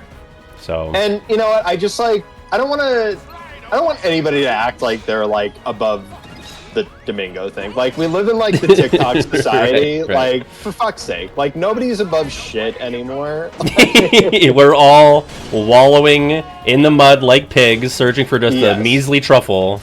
Yeah. And sometimes you get a Domingo. Yeah, I agree. Like, and I don't know. I don't know if I have anything else big to say, but I just thought the Ariana episode was great. And by the fucking way, this is huge. This is huge. She is so good in Wicked. Yeah, I've heard like conflicting sort of takes on it, but mainly from pre-release of the movie, which I don't know. I think regular GF might want to go see it, and I'll go see it if she wants to. But I heard people saying that they didn't love her rendition of Popular, which I've never seen any Wicked material. Saying that the other day. So I don't know. I'm sure she's fine though. So I let me just show off here really quick. Sure. I got to see Wicked like way earlier than like the random person. Oh. Like, I've been sitting on Wicked for like a week now. Oh wow. Where'd you go? Like a film, like a premiere, like early premiere, or what? It was an early thing, but it was just like a really random early access screening for just like whatever randoms wanted to buy the ticket, like really early. About the it was from like the big movie theater near us. Yeah. Right. Oh, we're talking in code. The one that we saw the Lighthouse at. And Phantom Thread, Phantom Thread, yeah. Oh. What seed was that in my bracket that I sent you? Oh god, I have no idea. Gotta be 60. Yeah. Fuck me. I might just go to Pride Lands now. I'm still getting one shot by the fucking boxing glove. But you're gonna miss out on Oogie gifts if you know. I know. I mean, I'll come back. I have to get them. I have to do everything to get plat, but not right now. Anyway, you saw Wicked early. Yeah, and I thought Ariana was the best part of the whole movie. Good. Every time Ariana's in it, it's like, oh, okay, this is like really good. And every time she's not in it, I'm like, this is fine. It's replacement level when she's not in it, and when she is in it, it's like, oh, it's one of the best movies of the year. There you go. Whatever. So she just has that much of a presence, I think. Right. She's so much fun. So much fun. Yeah, from what little I know of Wicked, I feel like the Glinda character seems like one I would find amusing. Yes. So. Yeah, there's a lot of like Tool energy. Yeah. I don't mean like Tool being used. I mean just like you know what I'm talking about. Yeah. Yeah. Is it her first acting role since Victorious? That can't be right. Let's check that out. I got you. I mean, it's possible, but it's possible. I mean, listen, she acted on SNL, right? Yeah. So My Best Friend's House. Yeah. Fuck. So good. It is so good. I had that stuck in my head for like a week, and now I have the Here I Go, I'm calling the cops song stuck in my head. Oh, wait a second. She was in Don't Look Up. So she's been in a couple of things. Oh, okay. Yeah. There you go. Yeah, I'm a sorbet in the chat just clocked that. By the way, I don't give a fuck. I love Don't Look Up. I haven't seen it. I just think it's great. Tristan, thank you for the 35 months. Appreciate that. Don't Is Look that Up like a horror movie, or is that a more of like it a? feels like a horror movie, but it's a comedy though. Okay. Oh yeah, it gets isn't pretty that heavy in the end? Yeah. It's the meteor movie though. right? The Right. climate Okay. change. Gotcha. I think it's like one of the like lower brow movies that I've like enjoyed over the past like 5 years or so. Right. Like, I don't know, it's kind of tough to say like it's lowbrow because it was, pretty Dealing with a serious. yeah, sort the of idea. premise is not lowbrow, and also like its acclaim in certain circles is like on par with something that is high art. Like it kind of got like the same stage as things that are high art. AKA like it got nominated for like Best Picture and things like that. But like as movies that get nominated for Best Picture go, it's definitely one of the most lowbrow. Gotcha. But I just love it. Like Top Gun Maverick is also pretty lowbrow by that same standard. I'm surprised to learn that it was nominated. So. Well, I don't know about that, Patty, because you were filling out an Oscar ballot back in those days. So, yeah. Did I vote for that in any? I mean, you wouldn't know offhand, but neither do Oh, I. I can go back and search this up for you, though. Yeah. I mean, come on, we got the spreadsheets That's on fucking lock here. You tried to gaslight me into thinking that I won that for a bit. Oh, Do you yeah. remember doing that? Yeah, when we went to breakfast, that was hey, isn't that crazy how you won that? It's like, there's no way I won that. You would have told me earlier than now. No way! Yeah, no, I did not. I think I struggled to even get. I might be bottom half on that actually. Well, let's see. Yeah, every year, probably. Is this like the 4th year I've done it? The 3rd year? You've done it since 2020. Okay, so Kiwi sends out an Oscar ballot to like everybody that you know, basically. Every single person I know. Pretty much, yeah. I mean, there's at least like 30 people in that thing, right? Which I guess would not be every person that you know. Last year there were like 80. Oh, okay, so yeah. It's I'm not like tapped into cinema culture in the way that Kiwi is, but I do my best to make pretty uninformed choices. But sometimes it's like, oh, okay, Barbie, Oppenheimer, I vote for that a lot. Well, that's what I always tell people. I always say like, they're like, oh, well, I don't really know any of the movies. It's like, oh, fuck you. You know Barbie and Oppenheimer. Get in there. Right, exactly. If you know a movie, I think you're qualified. Also, like, who cares? It's just like good, for dumb fun. Yeah. Like, just buy it. Yeah. That's my least favorite thing, when it's like someone won't do like a bullshit thing. It's like no one cares. Like no one's gonna judge you because you didn't know who was gonna win best set design, right? Like we're all just fucking around here. Like nobody's gonna judge you. I certainly won't, and like nobody else has like any more insight on all of this than Patty will. Like, right. I mean, I'm sure, like, if I would think that somebody who watches all of the movies would have a better job gauging whether or not they would do well. But, I had watched 2 of the movies on last year's bracket, probably, or ballot. You did not vote for Top Gun Maverick in any of the categories. That makes sense. That seems like me. PJ, Kiwi got to see Wicked a week early. If anyone in my sphere was going to see Wicked early, I thought it would have been PJ. PJ's like the biggest Oz Wicked guy that I've ever met. I love me some Oz. Yeah. Wicked is something that's a little bit further out. PJ did see it early. I was like, well, that makes sense. Yes. Well, I thought you saw it recently when someone in Discord was like, "So how was it?" I thought that was in reference to seeing Wicked. But there you go. Well, I guess now we're in Hollow Bastion because I'm all out of fucking things to try because I suck. Hi, Cloud. It comes out tomorrow? It's still not out for everybody? That's true. Oh. Wow.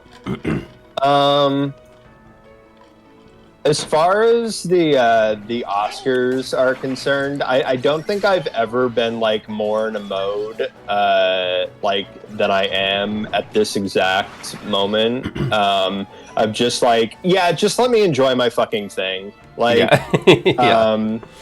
that's where I am with the Oscars. It's like, you know what? It's a thing that I enjoy. It gives me the opportunity to like connect with people that I don't get to talk to every day. Right. Like, let me enjoy my thing. It's the fucking horse race. Like, whatever movies you want, these are the ones they pick. Now shut the fuck up and fill out my ballot. Okay, Christ. Christ. Christ. I agree. Give him a break. Hey, PJ, you can fill out an Oscar ballot. Yeah. Yeah. Get PJ on the mailing list.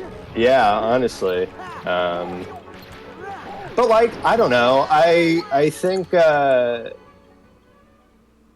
don't think that the Oscars are like typically so far off that it's just like, oh, this is completely like invalid.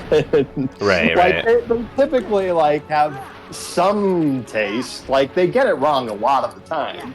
Yeah. But a lot of the time it's also like, oh yeah, I mean like, sure, we can appreciate like Oppenheimer and Barbie. Right. I mean, if you were to look at the last place finisher in the most recent ballot, would you be able to tell, that it's way off base? Like obviously, like, okay. Oh wait, one more time. I'm sorry. I'm sorry. saying like if walking around. No, if you were to look at the lowest placing finisher on the ballot, would you be able to tell like, oh, this person is a fucking idiot who had no idea? Like I would think no, right? Like I would think, yeah, there's a decent likelihood that this could have been like a perfect ballot. It's just hard to know how the Academy is gonna decide things. Yeah, I mean, there's like certain things that are very much up in the air, right? Like going into the night that like, yeah, like somebody very easily could be like in the top 15 or like below 75, right? If that's what you're talking about. Yeah. Like there's the Oscars do hardcore hate animation. That would be one of my top criticisms. That and like diversity, right? Isn't that their two things? What's that? And diversity, right? Isn't that like their two things that they hate? There was like a whole Oscars so white thing happening a while back. That was the thing like 10 years ago. Yeah. They've pretty dramatically changed the membership of the Academy and kicked a lot of old fogies out. So good. It's always good to clean house on the old fogies. Yeah. People die off, they're not active, they got kicked the fuck out, and then they invited cool people. And that's how we have Barbie nominated for Best Picture. That wouldn't have happened 10 years ago. Yeah, I would think that would have been impossible 10 years ago.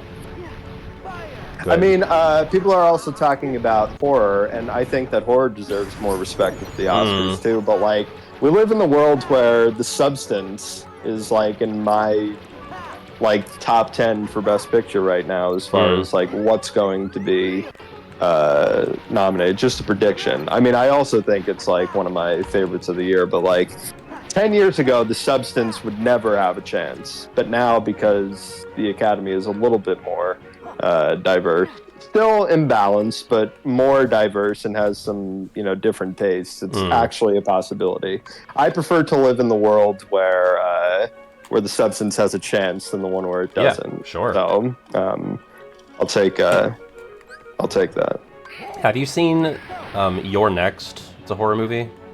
I have not. No. It's good. I watched that on recommendation of one of my patrons, and it's a good one. It's like kind of like a bunch of rich fucks are in a house, and they get like systematically hunted down by like contract killers. All right. Pretty neat. Yeah, that sounds like fun. One of the few horror movies I watched. I watched the original Elm Street couple days before Halloween.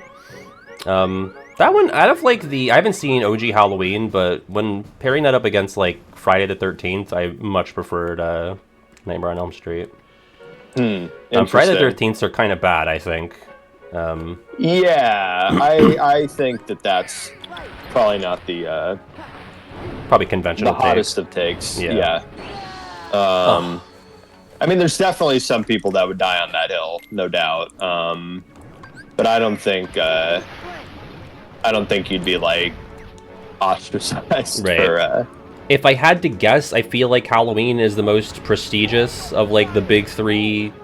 I mean, I don't know. As someone who's outside of like the horror genre, like not really tapped in, I feel like it's Jason, Freddy, and Michael Myers are like the big three. And so I think Halloween is like, you got Jamie Lee Curtis in that. Sure. Like, who else? I guess, actually, it wasn't Elm Street. That was like the first Johnny Depp movie. But I can't think of anyone with, any level of prestige or notoriety from any of the Friday the 13th movies, although I could be wrong. Well, yeah, as far as prestige, it goes Halloween, and then Nightmare on Elm Street, and then Friday the 13th, right? Right, I would think so. Yeah. PJ wants to know how you saw Wicked so early, which you kind of explained, but just to catch him up. Yeah, no, I got you. There was just like a random early access screening around here, and just like whoever was able to get to the tickets fast enough, like, was there, and it was like the most crowded theater that I've been in probably since the pandemic, actually. But like everybody, or like every seat was filled. Wow. And I mean, it was like really filled, like in the time leading up to it. Like it was not. It took some maneuvering of just like, okay, so like we have two seats or 3 seats apart. So what if we ask these two people to shift down? Like you had to maneuver your seat in order to sit next to the person that you were going with. It was a whole thing. That's just to illustrate that there was a lot of people there. Right. A lot of people really wanted to see Wicked. I just happened to be lucky. But it was also my birthday, my actual birthday, so I feel like people probably stepped aside for that. They were like, "Oh, wait a second, it's Kiwi's birthday. We probably should let him go." Yeah. Okay, so now, Patty, for our next talking point, to revert backwards very quickly, I want to expose to the chat what your placements have been in the Oscar school over the years. So give us, just to give the chat who aren't, cinematically minded, as I'm also not, give them like some movies that came out in that given year so they know like what we're dealing with. Sure. Okay, so we're going to 2020. So that year, a thing called Nomadland won Best Picture. Okay. A couple of the other popular movies were The Trial of the Chicago 7, Promising Young Woman, Judas and the Black Messiah. Those are. Can I say that I haven't heard any of these since I filled out the ballot? I'm a little surprised that Soul also came out. Okay, there you go. I recognize that. That's a Disney film. I'm a little. Also, something. 2019 was The Irishman. 2020. Damn it! What was I gonna say? Bad year. That was bad name. That was the year that something really gross also was made into a movie. Would you like to know? The Shape of Water? No, that's 2017. Yeah, something really gross was made into a movie. Yeah. Was it a documentary about me? No. Actually, it was Hillbilly Elegy. Hillbilly Elegy. Yeah, it sounds gross. Writer J.D. Vance. Oh. Yeah. That is such sorry. synergy. Sorry to way to rip a huge fart in the chat in the stream. He didn't write the film. But he wrote the book though. Right. So yeah. Let me just toss that out there and now move. Yeah, on. could you open a window now after that? I mean, Jesus Christ. Sorry, but It's alright. I mean, I'm trying to share the relevant movies that came out, and that sure was one. Yep. Okay, so in 2020, Patty was 31st out of 36. Ooh! Oh, another ripped fart. Oh, And I dear. died right when that happened, too. Yep.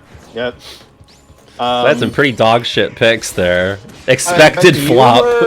Though you were higher than some like pretty big main characters in my life, though. Right. So that's really funny. Listen. You could pull rank over a couple of people that are main characters. Well, it doesn't matter if I'm right or if I had fun. It's mostly important that I can pull rank. Yeah, right. I think that's the old adage. Sure, absolutely. Okay, good. It's to dunk on people. Sure. So 2021. All right, so 2021. I feel like this is going to be another year that Patty might not know movies, but I'll try. Probably Dune... the other two as well. Probably the year that we're currently in will count for this. No. This is going to get more mainstream. All mainstream. Dune came out. Okay, no of Dune. And Don't Look Up. Okay, we just talked about this. King Richard, that's the Will Smith slap. When he won the Oscar, that was the night when he won the Oscar. That was 2020. Richard. Oh, but 2021. But the slap happened in 2022, right? Yes. Okay. Still crazy that it was 2 years ago, but whatever. Closer to 3. Side note. First of all, okay, all right. So I went to when I went to LA, I went to the Academy Museum there, and it had like a really nice description, really tight description of each of the ceremonies, and in that description of that ceremony, the Academy just fucking owned it. Really? Like, yeah, and then Will Smith slapped the shit out of everybody. I mean, you kind of have to talk about it, right? Yeah, like, right. it is the biggest Oscars story of like what, the past 10 years? I'm really if not longer. I'm really glad that they just like fucking went with it. They weren't like, oh well, you know, it was a huge. No, they were like, decorum. yeah, and then Will Smith fucking slapped people. It was crazy. Yeah. Like, okay, just to you know, carry on with that for just a second here. Is that not the biggest live TV moment, like, maybe since Janet Jackson? Like, I can't think of a single thing that, like, really even rivals that. Yeah, that could definitely be true. Like, those are the big two, and I don't know what the other two are. Like, for the Mount Rushmore of live TV, like, water cooler moments. Yeah, it was a really big thing. Yeah. I mean...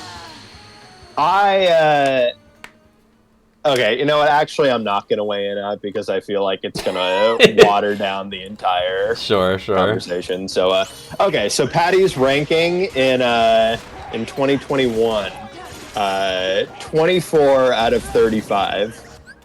Okay, so I did better. Some progress is being made. A little bit of progress. Getting better at this. Though you have now fallen behind some main characters. Right, Most so of the people that are behind you are like Patty tier characters. Right. Can I pull rank on people even if like they did better than me in 2021? Can I be like, but 2020 though, I crushed you? Absolutely. You can totally do that. Okay, that's good. That's good. So all right, so big year for Patty in 2022. Yeah, I can't imagine it can get any better than that. So that year, Everything Everywhere All at Once. Okay, great film. Saw that actually. Top Gun Maverick. I actually watched Everything Everywhere the day of the Oscars. I was like, I'm late on this. There you go. I'm gonna go back to Timeless River. Avatar: The Way of Water came out that year. Okay. And was nominated. Didn't see it. Elvis came out that year. Okay, familiar. Okay, so a couple that you know there. Mm-hmm. There you go. See, we're moving up. It went from 0 to 2 to 4 now. Right. Proud of you. Proud of me. Okay, so this year, are you guys ready? Ready? Yeah. Patty places 15th out of 42. Whoa! I did really good. Yep. I did a great job. I could have sworn there was 1 year where I did pretty good. So it was 2020. This was the one, I think. Yeah, okay. 2022. just for us, Glass Onion also came out this year. Ooh, okay. I love Glass Onion. I've seen that. Yeah, we like Glass Onion. Yeah. And okay, big. I want to put some scale on this, and I'm not. And this is all gonna build to me hyping you in 2022. So Right. bear with me. Here. Yeah. So, all right, it's gonna sound like I'm being a dick, but I promise I'm not. Okay. Yeah, sure. So in 2020, Kiwi outscored Patty by 191 points in Fair. Makes sense. the point system we have going here. Mm-hmm. In 2021, Kiwi outscored Patty by 220. God, I didn't think it could get any worse, but there's always room to fall. But in 2022, Patty was only behind Kiwi by 32 points. You closed the fuck out of that gap. That's amazing. Yep. That is huge for me. I needed this. It was the combination of by far my worst performance, Right. and your best performance. Right. You're getting there, Patty. You're getting there. Like, LeBron was sick, but he still won, but he was sick that game, so... Yeah, I mean, I was fucking nervous this night. Like, I was pacing really, like it's November 5th, 2024. Are you familiar with my whole, maybe, like, I actually called in during this time, but when I was having, like, my whole mouth infection and teeth issues and all of that, like, are you familiar with that whole strand? I don't know if I am, you may have mentioned it briefly as, like, a minor nuisance, but I don't know if it was, like, a whole ordeal for you at the time. Just to say that I was, like, dying on Oscar night. I was filling out this spreadsheet and sending it off, like, that feels familiar. Cotton balls in my mouth. Yeah. I, like, canceled a trip to Atlantic City because I was that bad. Like, it would have taken a lot for me to cancel the trip because I was really hyped. It was like going to a basketball game, this whole thing. It was like, yeah, I fucking can't do it. Like, my teeth are falling out right now. Filling out a spreadsheet in your final breaths. Yeah, that would be how Kiwi goes. That is so on brand. He died doing what he loved, you know? Yep. I would love to go that way. That'd be a great way to go. Yeah. Peaceful. Okay. Finally, last year, this is the Barbie and Oppenheimer year. Right. Patty is 43 out of 73. Okay, so like... So a big jump in the amount of people, and you were just, you know, middle of the pack. I think the true headline here is, how did you meet fucking 50 people in a year? I just expanded the reach. Right. I mean, now and DJ's eligible now, so it'll be like 120 this next year. Do we... Hold on. Yeah. You did finish higher than regular girls. That's true. She did bad, didn't she? She was 58th out of 73. Okay, so still actually not terrible. I thought she was in like the 60s. I feel like she was hovering pretty low throughout the night, but she got Best Actor and Best Actress right. So that just like... She probably was sitting like around 70 and then just got like 50 points in the last hour. And could you remind us who won those categories? Oh yes, it was Cillian Murphy for Oppenheimer. Great fucking pick. And Emma Stone for Poor Things, which is an even better pick. It's hard to imagine there being a more tasteful acting winner than Cillian Murphy and Oppenheimer, but they fucking did it, though. And they gave it to Emma Stone. I think Emma Stone winning was probably a little Kiwi lore here for you. I think Emma Stone winning was probably the loudest I ever like reacted to a non-sports game. I was gonna TV say moment. it can't compare to the least recent of the recent Chiefs wins. Yeah, the broken nose. The broken nose Chiefs Super Bowl victory. I wasn't gonna say that you broke your nose, but if you want to tell the story, you can. Oh yeah, just smashed my nose against like a hard floor, and it was like, yeah, that bitch is just broken now. Wait, it was fully broken? I didn't know it was fully broken. Like, I knew you heard it, but did you actually break it? It was probably like fractured. Yeah. It wasn't something. I mean, it definitely was something like hospital worthy. I just like never went. I was like, Yeah. I guess I'm just gonna fiddle with this for a while. And, Just let me you get know. this snapped back into place. It's no big deal. Well, yeah, Kiwi was a big Chiefs guy even before Taylor Swift was on board. Yeah, I mean, before things were good. Yeah, not a fair I weather suffered fan. a lot as a fucking child dealing with Yeah. that bullshit team. So like, I get this. I deserve this now. You know what I've thought about, and I didn't have this as a kid, obviously, or as an adult, but, you know, they say, like, sports builds character, but that's usually in reference to playing sports, which I didn't do. But I also think it builds character in terms of watching sports, because if you pick, like, a fucking loser team, then I feel like you deal with loss in real life in a different way.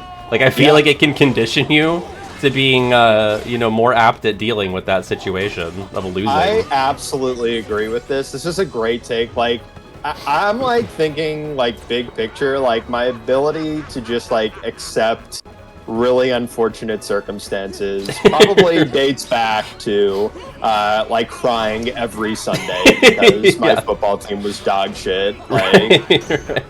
like that was like a pretty frequent, like I was not that bullied, but like the thing that I would get bullied for the most by far was definitely like my choice of football team because I had so much control over that as a kid, you know? Right. Like, you know what, the heart wants what the heart wants, and like we also just like live, or we I live in just like the worst fucking pocket for like sports fans And other things too. Well, sure. I mean, it's a pretty difficult pocket on multiple levels. But Yeah. like we are just surrounded by like Patriots, Giants, Eagles, and Steelers Yeah, fans. my parents are Giants fans. It doesn't get much more obnoxious than that. Like quad of teams. So to be like an out of town sports fan for a team that was fucking ass. Yeah, it was just like merciless. Like adults would bully me, like as a fucking like 10-year-old. Yeah. I just imagine like a grown man like hitting the brim of your Chiefs hat, just like knocking you off your head. Fucking little punk. I because I remember going to like games as a kid, and like you'd be getting fucking chirped by like grown ass adults. L plus ratio plus overall terrible pocket. Yeah. That's how I'm going to refer to my hometown from now on, as the overall terrible pocket. Not it's not great. Pocket. Yeah, it's a cold pocket for sure. Pocket. Yeah. Oh! Oh! Sorry about that. Oh, yeah, it's not great. So, I don't know. I mean, now I just deal with like the crippling anxiety of like everybody hating me because of the same reason, Right. Just because of the opposite results. Right. Oh, they still hate me because of the team Because now we that win I so pick. much, yeah. Yeah. I mean, it's gotta feel just, amazing. Like, as someone who doesn't care about sports, like, it has to feel like Jesus came back and he's on your side. Like, after years of watching them lose, like, that's gotta be awesome. So. Well, it does, like, definitely depend on the context, because, like, when they win the Super Bowl, I'm, you know, in broken nose territory. Right. Like, I'm ready to fucking run through a wall. Think of, like, the, they'll pay for this I was gonna moment. say, yeah. Yeah. Yeah, they say that the Super Bowl is like they'll pay for this of sports. It really is. And, you know, that's kind of like in my mind then. I just like go back to like 10-year-old me. I'm just like, you know what? They got to win this fucking game to avenge like my 10-year-old self. Right. You're Goofy in this situation, and the Chiefs are Mickey. Yes. It's a perfect analogy. Yeah. Yeah, it's good stuff. So anyway, that's what I can share as far as the sports lore. Yeah, this all came up because of you were excited because Emma Stone won. Oh yeah. We went on a bit of a tangent. Yeah, because I mean, most of my like responses to TV happenings are just like, yeah, all right.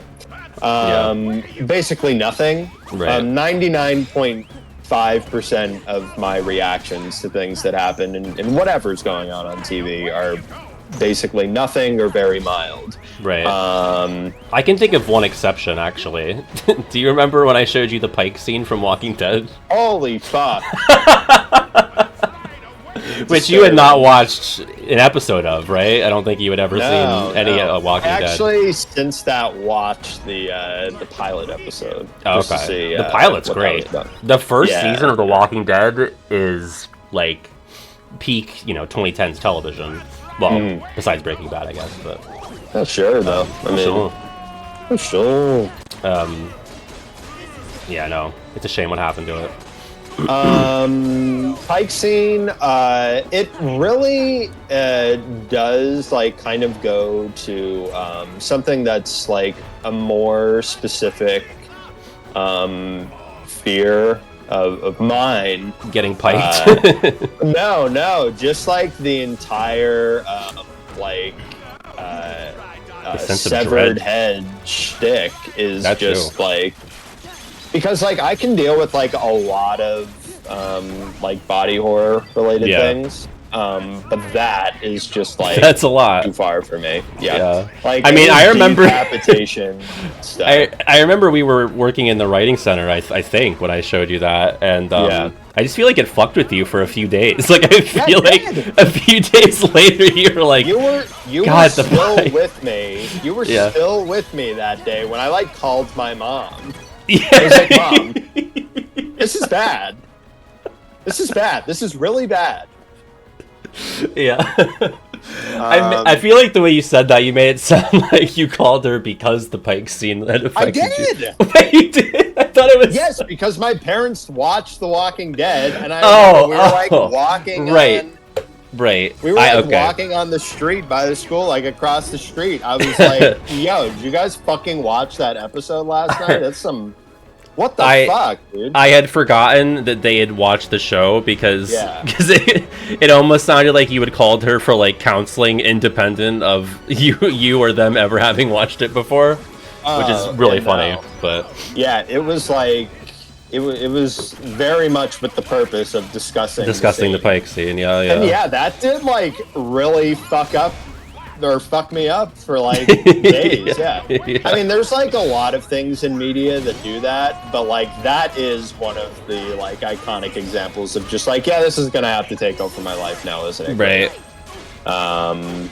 Yeah. Oh, I fucking finally did it. I've been fighting Oogie Boogie for like a stream and a half. Hell yeah, baby. Let's go. Now I can get a trophy this stream. Finally, Jesus Christ. Yeah, I agree. That's where I'm at on this. The stream boss is defeated. First try, baby. Proud of you, Patty. Thanks, bro. Oh, I can go do, we can put Songify the Room on while I do, or wait, should I save it for Under the Sea, though? Because I feel like it would fit better there. Yeah, save it. And then you wouldn't get to enjoy it as well. Yeah, right. Yeah, okay, let's do that. So let's get our skateboarding trophy, because I can't end the stream again without getting a trophy. Oh wait, I had to talk to fucking Locke at the top of Yuletide Hill for some dumb goddamn reason. Can you believe that? Why? Stupid. Why is that what triggers the skateboarding game? Doesn't make any sense. And Locke is the worst of the delinquents, right? Because Shock is a girl boss, and Beryl is like, the timid one. Oh boy. Oh boy. I think I'm not gonna weigh in on this for my safety. Oh, you know why? Because you're anti-Shock. And non-answer is an answer, Kiwi, and now you're in trouble with Gavaka. Yep. and for Women's History Month too. Right, you don't want to do it This during is Women's History shameful. Month. Yeah. Yeah, and now Kiwi's caught up on the lore, so he knows that it's Women's History Month. Yep. Bow. How did you enjoy the end of, did you finish regular plays GBA Chain of Memories? I did. Did you like that Marluxia bit? I did like the Marluxia bit, though. It doesn't end. There's no end I know. to the stream because it you had to back out of that, which I think is acceptable. I mean, that was just straight up bullshit. Oh, was it final Marluxia or fight? Fight. Yeah. That kind of ended with no real conclusion. I have a kazoo to do. Oh, okay. I'll let you take care of that. Yeah, can you pick a number, Apollo, from 1 to 67? Hopefully, if it was 5,000, I'm gonna be pissed. I think it was. God damn it.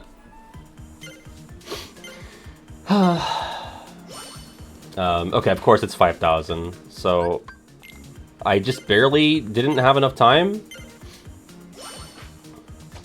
For a sec, I thought Apollo was picking the number 5,000. I was like, that will not do. I don't have that many options. Oh, fuck me. Fart noises. You didn't even hear it. It didn't pick up. We're so stupid. I know.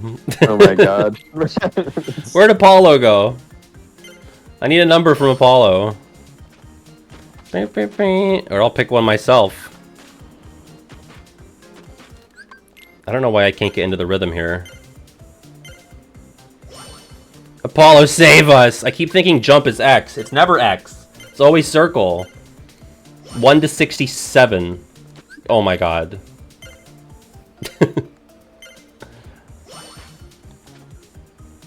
Okay, just method grab forever, but not that early! Yeah, no 69, sorry. Alright, here we go. Zoo? Almost. Apollo's picking a number. 37, okay. One sec, let me finish method grabbing. Please, for the love of God, can I get to 5,000 in 10 seconds? I feel like no. Oh, bitch! Alright. 37. Here we go.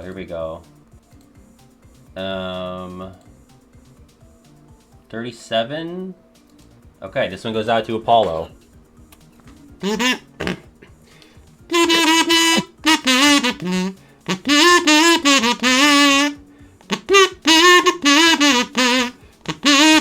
No way. Yep.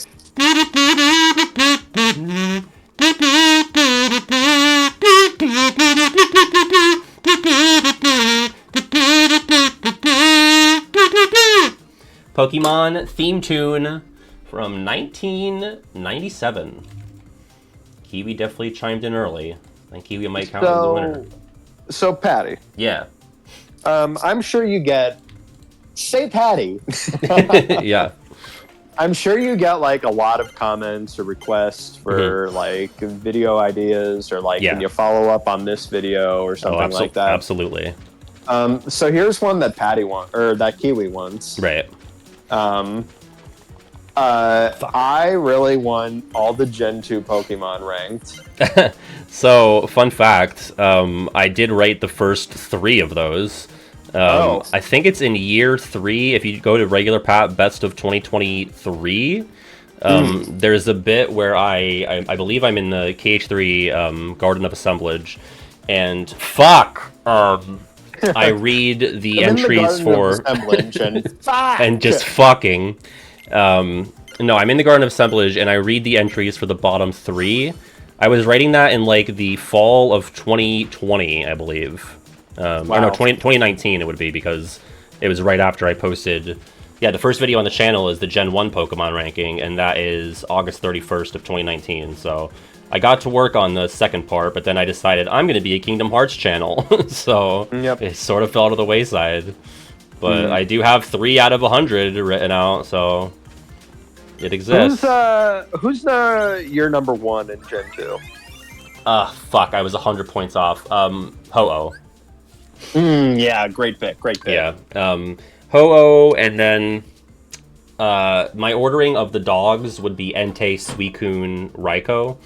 Okay. I don't know a single human being who has Raikou number one, but... Or two. Or two, yeah, to be honest.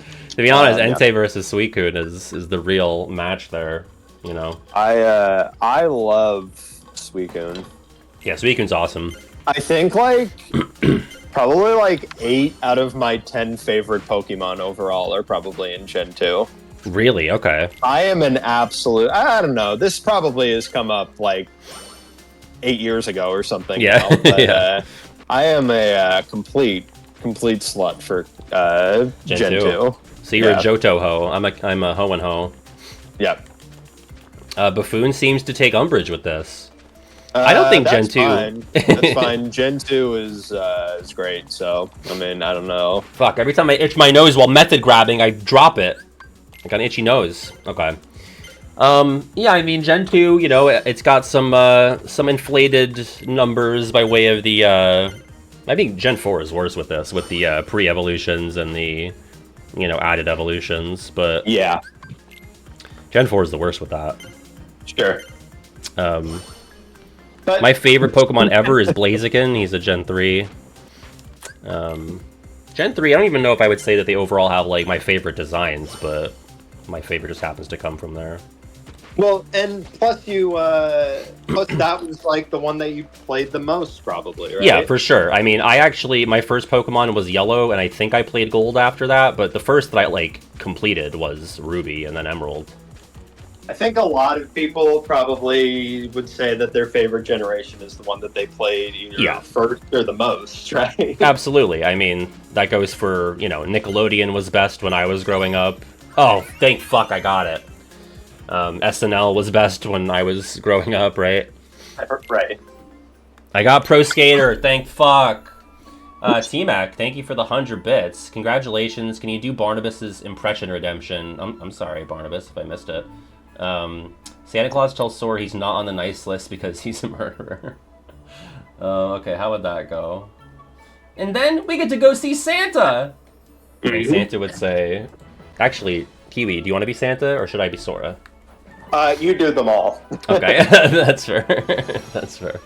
Now, young man, I'm looking at the list here, and it says that you murdered Oogie Boogie, and said it's okay because it's not murder because he's just a bunch of bugs. Now, do you think that's a very nice thing to do?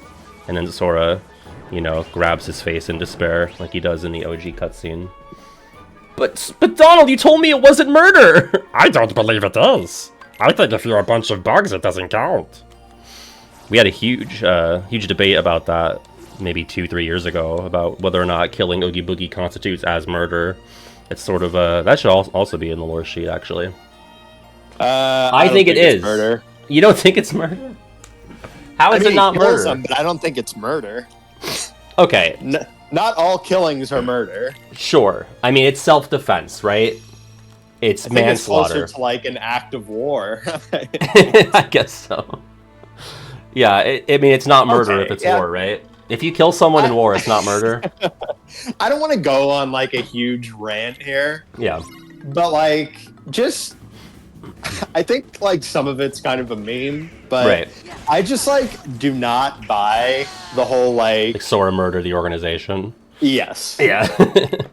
I think it's mostly just either people being flippant with the word murder or just saying it because it's kind of funny. I mean, I'm sure I've done it. Or just like really liking the characters, which like that's okay too. Yeah, but yeah, like too. they were real pieces of shit though. Yeah. Yeah. Sure. Like everybody is they baby the organization. Yeah, absolutely. This is baby. They're their precious small beans, you know? Yeah, right. I understand. What's the word for that? Like infantilized or something? Yeah, like that? infantilizing for sure. Yeah. They do that to the organization. But they're fucking terrible though. They're really bad. I mean, yeah, I'm trying to come up with a good excuse. I mean, they were being manipulated, but like, you know, that's you can't be like, oh, the organization was just doing their job. That's some Nuremberg shit, you know. Yeah, definitely. Well, They were yeah, just- their job was fucking terrible. Yeah. So It's like, yeah, okay. I mean, a lot of people just do their job, but if their job is just completely immoral, then right. I guess they're immoral as that doesn't well. make it okay. Yeah. Right. No, yeah. It's not a pass that they were following orders. In fact, that's like the opposite of a pass. It almost makes it worse. I mean, okay, but didn't Demix through most of his inaction, isn't he like, besides Roxas, Axel, and Shion, isn't he like the least culpable? Yeah. Like, I feel like Sora was There's a little different giddy. levels to all of this. Yeah, sure. It's not black and He's white. probably like too excited about Demix, but like, Yeah. I don't know. I mean, like Demix is a great time, but you just have like this like sloth character. Like if Demix was a real person Yeah. who just was like this lazy motherfucker who's just going along with really vile shit, like we wouldn't appreciate that. I just said that that's Nuremberg shit. I just said that the organization Yes. following orders. Listen, we're all on the same page. Yes. I'm not trying to argue in defense of the organization. Now watch it, Patty. Careful Oh, wait, now. were you saying that to me or somebody else? Somebody else in the chat. Oh, Jonathan okay, chat. okay. No, I mean, okay. Like, I'll of course grant that there's like different levels to the villainy here. Right, of course. I mean, there's like the active participants versus, just kind of people who don't really know the inside scoop and just like probably believe that the goals are noble. I mean, I believe that exists. Should we rank the members by how evil they are? Yeah, probably. I mean, it's Xemnas number 1, right? Xemnas is number 1, yes. Okay, and then is it Cyax? Hold on. Yeah. I gotta make a spreadsheet. Yeah, I was gonna say, get a whiteboard or a spreadsheet. Yep, I got you. Because, like, while Larxene does do some abjectly terrible stuff, she is also going against the person that we claim to be the most evil. Now, of course, like, there's some, my enemy of my enemy is my want to friend. replace an evil with an evil. Right, though. right. So it's like, I don't know. Like, Larxene's definitely top half of evilness. But is she more evil than a Cyax? I don't know. I don't think so. If only by lack of screen time, right? Like, Cyax gets more moments of being despicable across 2 and days than Larxene has in just Calm and a little bit of days. Wait, this is not where I want to go. God damn it. Zaldan's got to be up there, if only for his beast shenanigans. I think we're Zaldan saying... also doesn't believe in love. Yeah. We're saying general evilness, not just evilness with regards to, like, in the context of what the organization believes in. Because... which tell might me be the difference. I guess, like, okay, Cyax is, doing some evil stuff, but it's, like, in service of something that he... No, but then again, that's just, like... that's a really bad excuse. Like, yeah, he thinks it's in service of, like, being recompleted, but it's still a selfish goal, Right. I mean, I think he's, like, a true believer. Right. I don't know how that compares to somebody who, like, is just going along for the ride. Like, they think it's bullshit, but they're still doing the bad thing, versus like a true believer who's doing the bad thing. Luxord is like the middle of the road, like, bystand. Well, he might not be middle of the 13 or 14 characters because a lot of them are despicable or inherently likable. But Luxord is like the definition of like, I don't know, I'll just go along with it because it's easier or interesting. Okay, so here we go. Yep. So 1 is the most evil, but let's start from the bottom, though. Okay. So who's least 14 is evil? Roxas. Is Shion more evil than Roxas? I think... Okay, like... I think it's really fucking close. Yeah. I think it's not evil, but Shion... She's not evil, just to be clear. No, but like, if we're really splitting hairs here, like, I would prefer Shion be like a little bit more like open with like the trusted pals about like what's going on. Right, she does kind of kind just like play it close to the vest and not really let the gang in on what's happening. But here, okay, counterpoint: she never tells anyone to shut up, and Roxas does. That's true. Roxas That's is true. rude, and you But could argue that also Shion made a Roxas more. tells Cora to shut up, though. Does he? No, he tells. Oh, it's Riku, isn't it? Yeah, it is. Okay. But Well, also, that's not okay.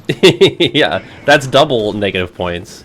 Yeah. And you could argue that Shion makes, the more noble sacrifice, right? I mean, Roxas does go back into the egg pod, but it's sort of like, he just happens to be there when it absorbs him, right? Like, I never really fully understood the level of autonomy that Roxas had with, going back into Sora, basically, when the egg pod opens.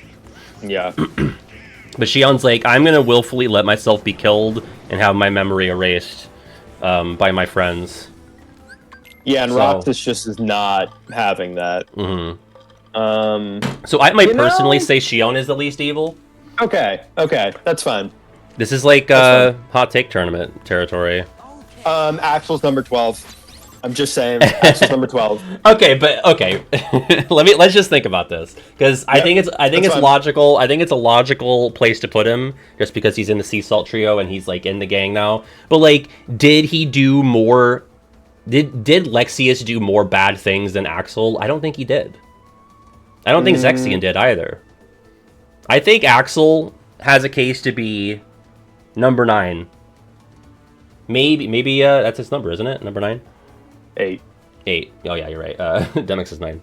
I think there's a case that he's eviler than Lexius, Zexion, and Luxord.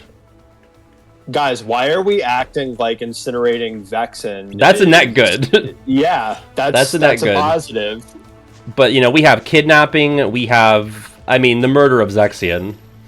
Through replicate coercion. There's a lot of selfishness going on here with Axel, okay? Like, this is a pretty complicated character here. Yeah, no, for sure, especially in the early goings.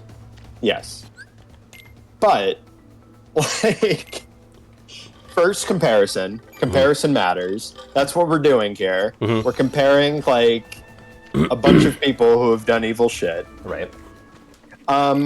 Axel also doesn't side with either of the evil sides of the breakaways, the traitors, the Larxian and Marluxia. Yeah. He's not on their team, and he's also not on the team of the Xemnas team. Yes. Loyalists, yeah. Yes. Yeah, and that's... but I think in a vacuum, like, he's... he might be hurting the correct people or not working for the worst people, but, like, in a vacuum, is he not doing, like, more heinous stuff than like, Alexius? I mean, he's definitely unhinged, but I think it's, like, in the name of something. Yeah. Occasionally of something. I mean, he's brave, no doubt. Yeah. I mean, I don't know if that makes one not evil. I don't think that... He's got the virtue of bravery, sure. Yes. And I think, like, he actually cares about people, which I can't say for any other person on this entire list. That's fair. I feel like he does... gives a fuck about somebody. That's true. He has more good working for him than... Yes. Right, okay. I see that. Like, I don't know. I mean, you could possibly be... Okay, but the members are dicks. Okay, we're not doing this. I'm not going... No.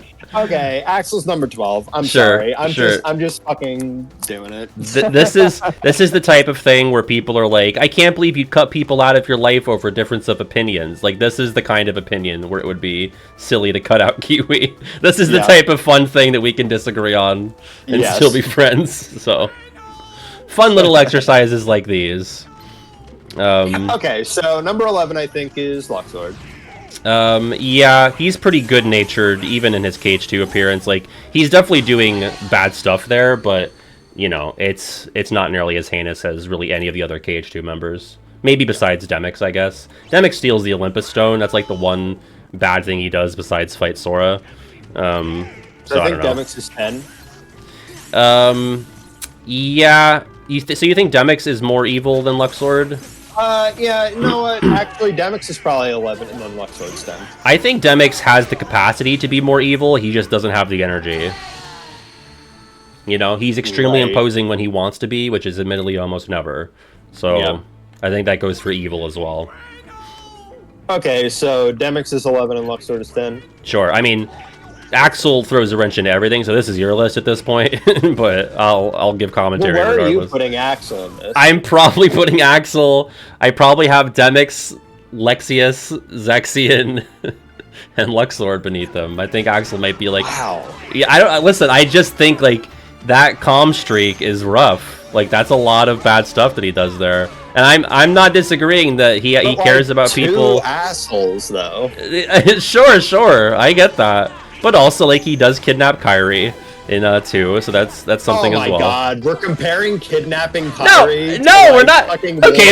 Okay, but like he kidnaps Kyrie, and that compares to like Lexius fights Riku, which wasn't. I mean, not great, but like I think that's pretty much. To kill him. Sure. Did he try to murder him? Axel didn't try to kill Kyrie. I guess not. But he was willing to go through Naminé as a human shield. Is that anything? Yeah, but he didn't though. But he was gonna. He was gonna if Sora didn't show up, right? Oh my god. I think he was. I think he was. And now Kiwi's gonna write a Facebook post about how he had to cut me out of his life. Wow. Yeah, you're not invited to Thanksgiving anymore, Dave. That's fair. Good luck, babe. It sucks. But yeah, I mean, me personally, you might be able to dissuade me on like 2 of those, but I think the other 2, I can't really justify having Axel beneath them. But again, your list. I'm here to commentate. I mean, once I beat the hyenas, I'm probably shutting it down. So. All right, I'm locking in then. Yeah. All right. I still feel good about number 12 Axel. That's fine. That's totally fine. No, I'm not even saying this to you. Yeah. I'm saying like Kiwi's on the wrong side of history. No, fuck up. No. I'm cooking right now. All right. I'm convinced that I am. That I'm on point here. Sure. I think, and listen, I'm not like looking at you like you're crazy, like you have lobsters growing out of your ears for this take. Like I totally get the take. It's just not the one that I have on it, you know? And that's fine. So, who's next? Okay. Thank you, Cartoon Buffoon. Yeah. Okay. Alright, number 9, I think is Lexius. Yeah, that feels good. Makes sense. If only, again, by lack of screen time. The number 8, I think, is Zexy. Just thinking about who we have left. Yeah, probably. 7,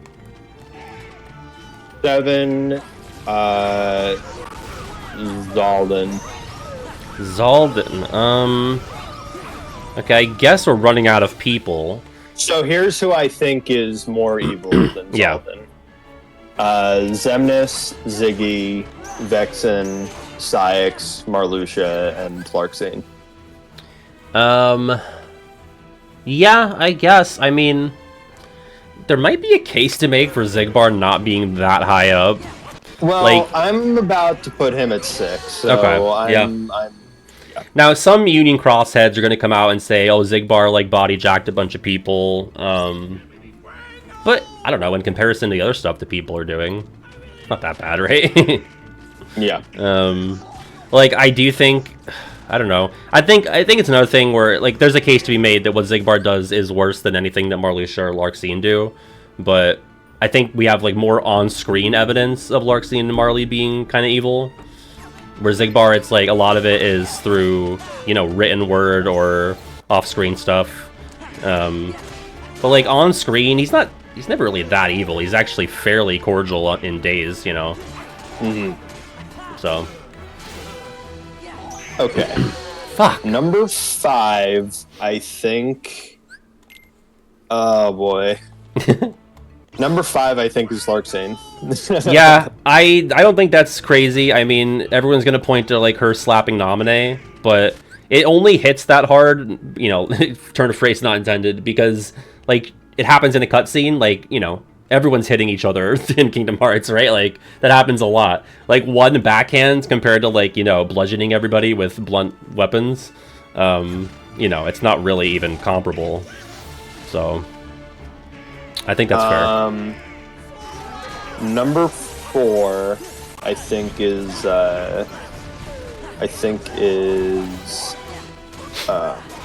Vexen. Oh, I've totally forgot about Vexen. Yeah, he's a bad guy. He at least has like a redemption moment. Malpractice. Yeah, yeah, he does not have his license. Yeah.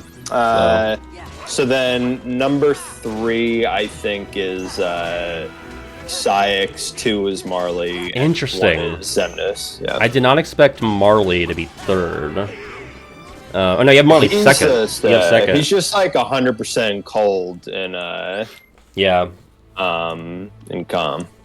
Yeah. I think again for me with him, it's like a body of work issue where I just don't have enough from him. Like, he does some pretty cold stuff in calm, but you know, he doesn't show up until like the back half. I mean, obviously he's hooded in the early going, but he doesn't unhood until like that first batch is done, right? And then you know, I guess most of his treachery comes from, you know, having Naminé captured. But I always just think of that as like a joint effort between everybody in Castle Oblivion. Like, they're all responsible for Naminé. Yeah. But obviously he is like, you know, the head of the castle, the lord even. I think he just like has no redeeming qualities until his final scene, right? Probably, yeah. And his Lorium stuff. But as Marluxia, yeah. But just as Marluxia, though. Yeah. And even then, he's just like, oh, I'm gonna get to be, I'm gonna remember all my bullshit. Thanks, Sora. It's still, like, all about him, you know? It's not like, oh, you know what I realized? I was wrong for all of that. I was a bad guy. He's more so like, you could honestly twist that scene to have Marluxia still be evil in the next game.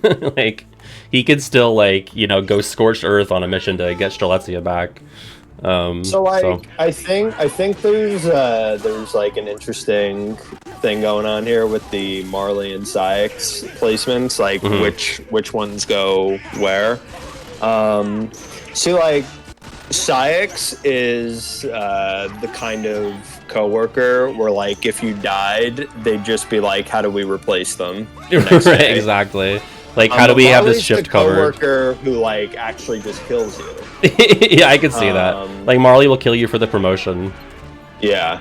For sure. Although, I guess, didn't Axel kill people for Cyax's promotions? Oh my god. I'm kind of only sort of kidding. But yeah. Not that we have any proof of Axel killing people to get other people promotions. Nothing like that. No, I'm just being a dick. Oh wait, I meant, speaking of me being a dick, I meant to tell you that regular GF pulled a, well, I hate to break it to you, but that's not happening anytime soon. Oh. I wish I could remember what the context was. It wasn't about, like, media, I don't think, but it was, she got me. I was like, how dare you use the dark arts that I mastered against me? I hate to break it to you, but that's not gonna happen anytime soon. Yeah. Well, thank you, regular girl. Yeah. Somebody needs to. Yeah. Put Peter Patty in his place. That's what that was. All right, hyenas are almost dead, but so. Oh, fuck me! All right, we're not doing hyenas tonight. God damn it! Everything happened all at once. Good night, everybody. Good night, everybody. Let me go save in the fucking hollow stump. I got my trophy. I barely did anything else. I beat Oogie. I failed at the cup. I failed at Pride Lands. I guess I beat the Berserkers in Twilight Town. Oh, okay. Yeah, we're gonna shut it down. We'll be back on Saturday at 4 for Disney's Extreme Skate Adventure. God, hopefully we can wrap that up. And then. Oh, I'm done with my tier list. Oh yeah, yeah, Kiwi finished it. We had Xemnas at number 1. Yeah, Kiwi, post it in the Discord if you want. You could post it in the Twitch clips or theater mode. I'm not going to subject myself to the entire. Yeah, you're right. This is streaming folks only. This is restricted content. Yeah. Saturday for Disney Stream Skate Adventure. Tuesday at 6 will be the third Hunger Games. We have our cast built. I just have to pair them up. A lot of interesting characters, including Kiwi. Kiwi's in there. I'm in there. Here I I'm come. in there. Yeah. And then at some point, I want to say Wednesday, the day before Thanksgiving, we're going to do furthering our Thanksgiving programming. We have Hunger Games and then Pajama Sam 3. It'll be a double, double stream, double feature. Because Pajama Sam 3, Kiwi, is the one all about food. It's you are what you eat from your head to your feet. So that's our Thanksgiving special. That's good fun. Exciting times. But yeah, I will see you all on Saturday or Tuesday. Be safe, be kind, be courteous.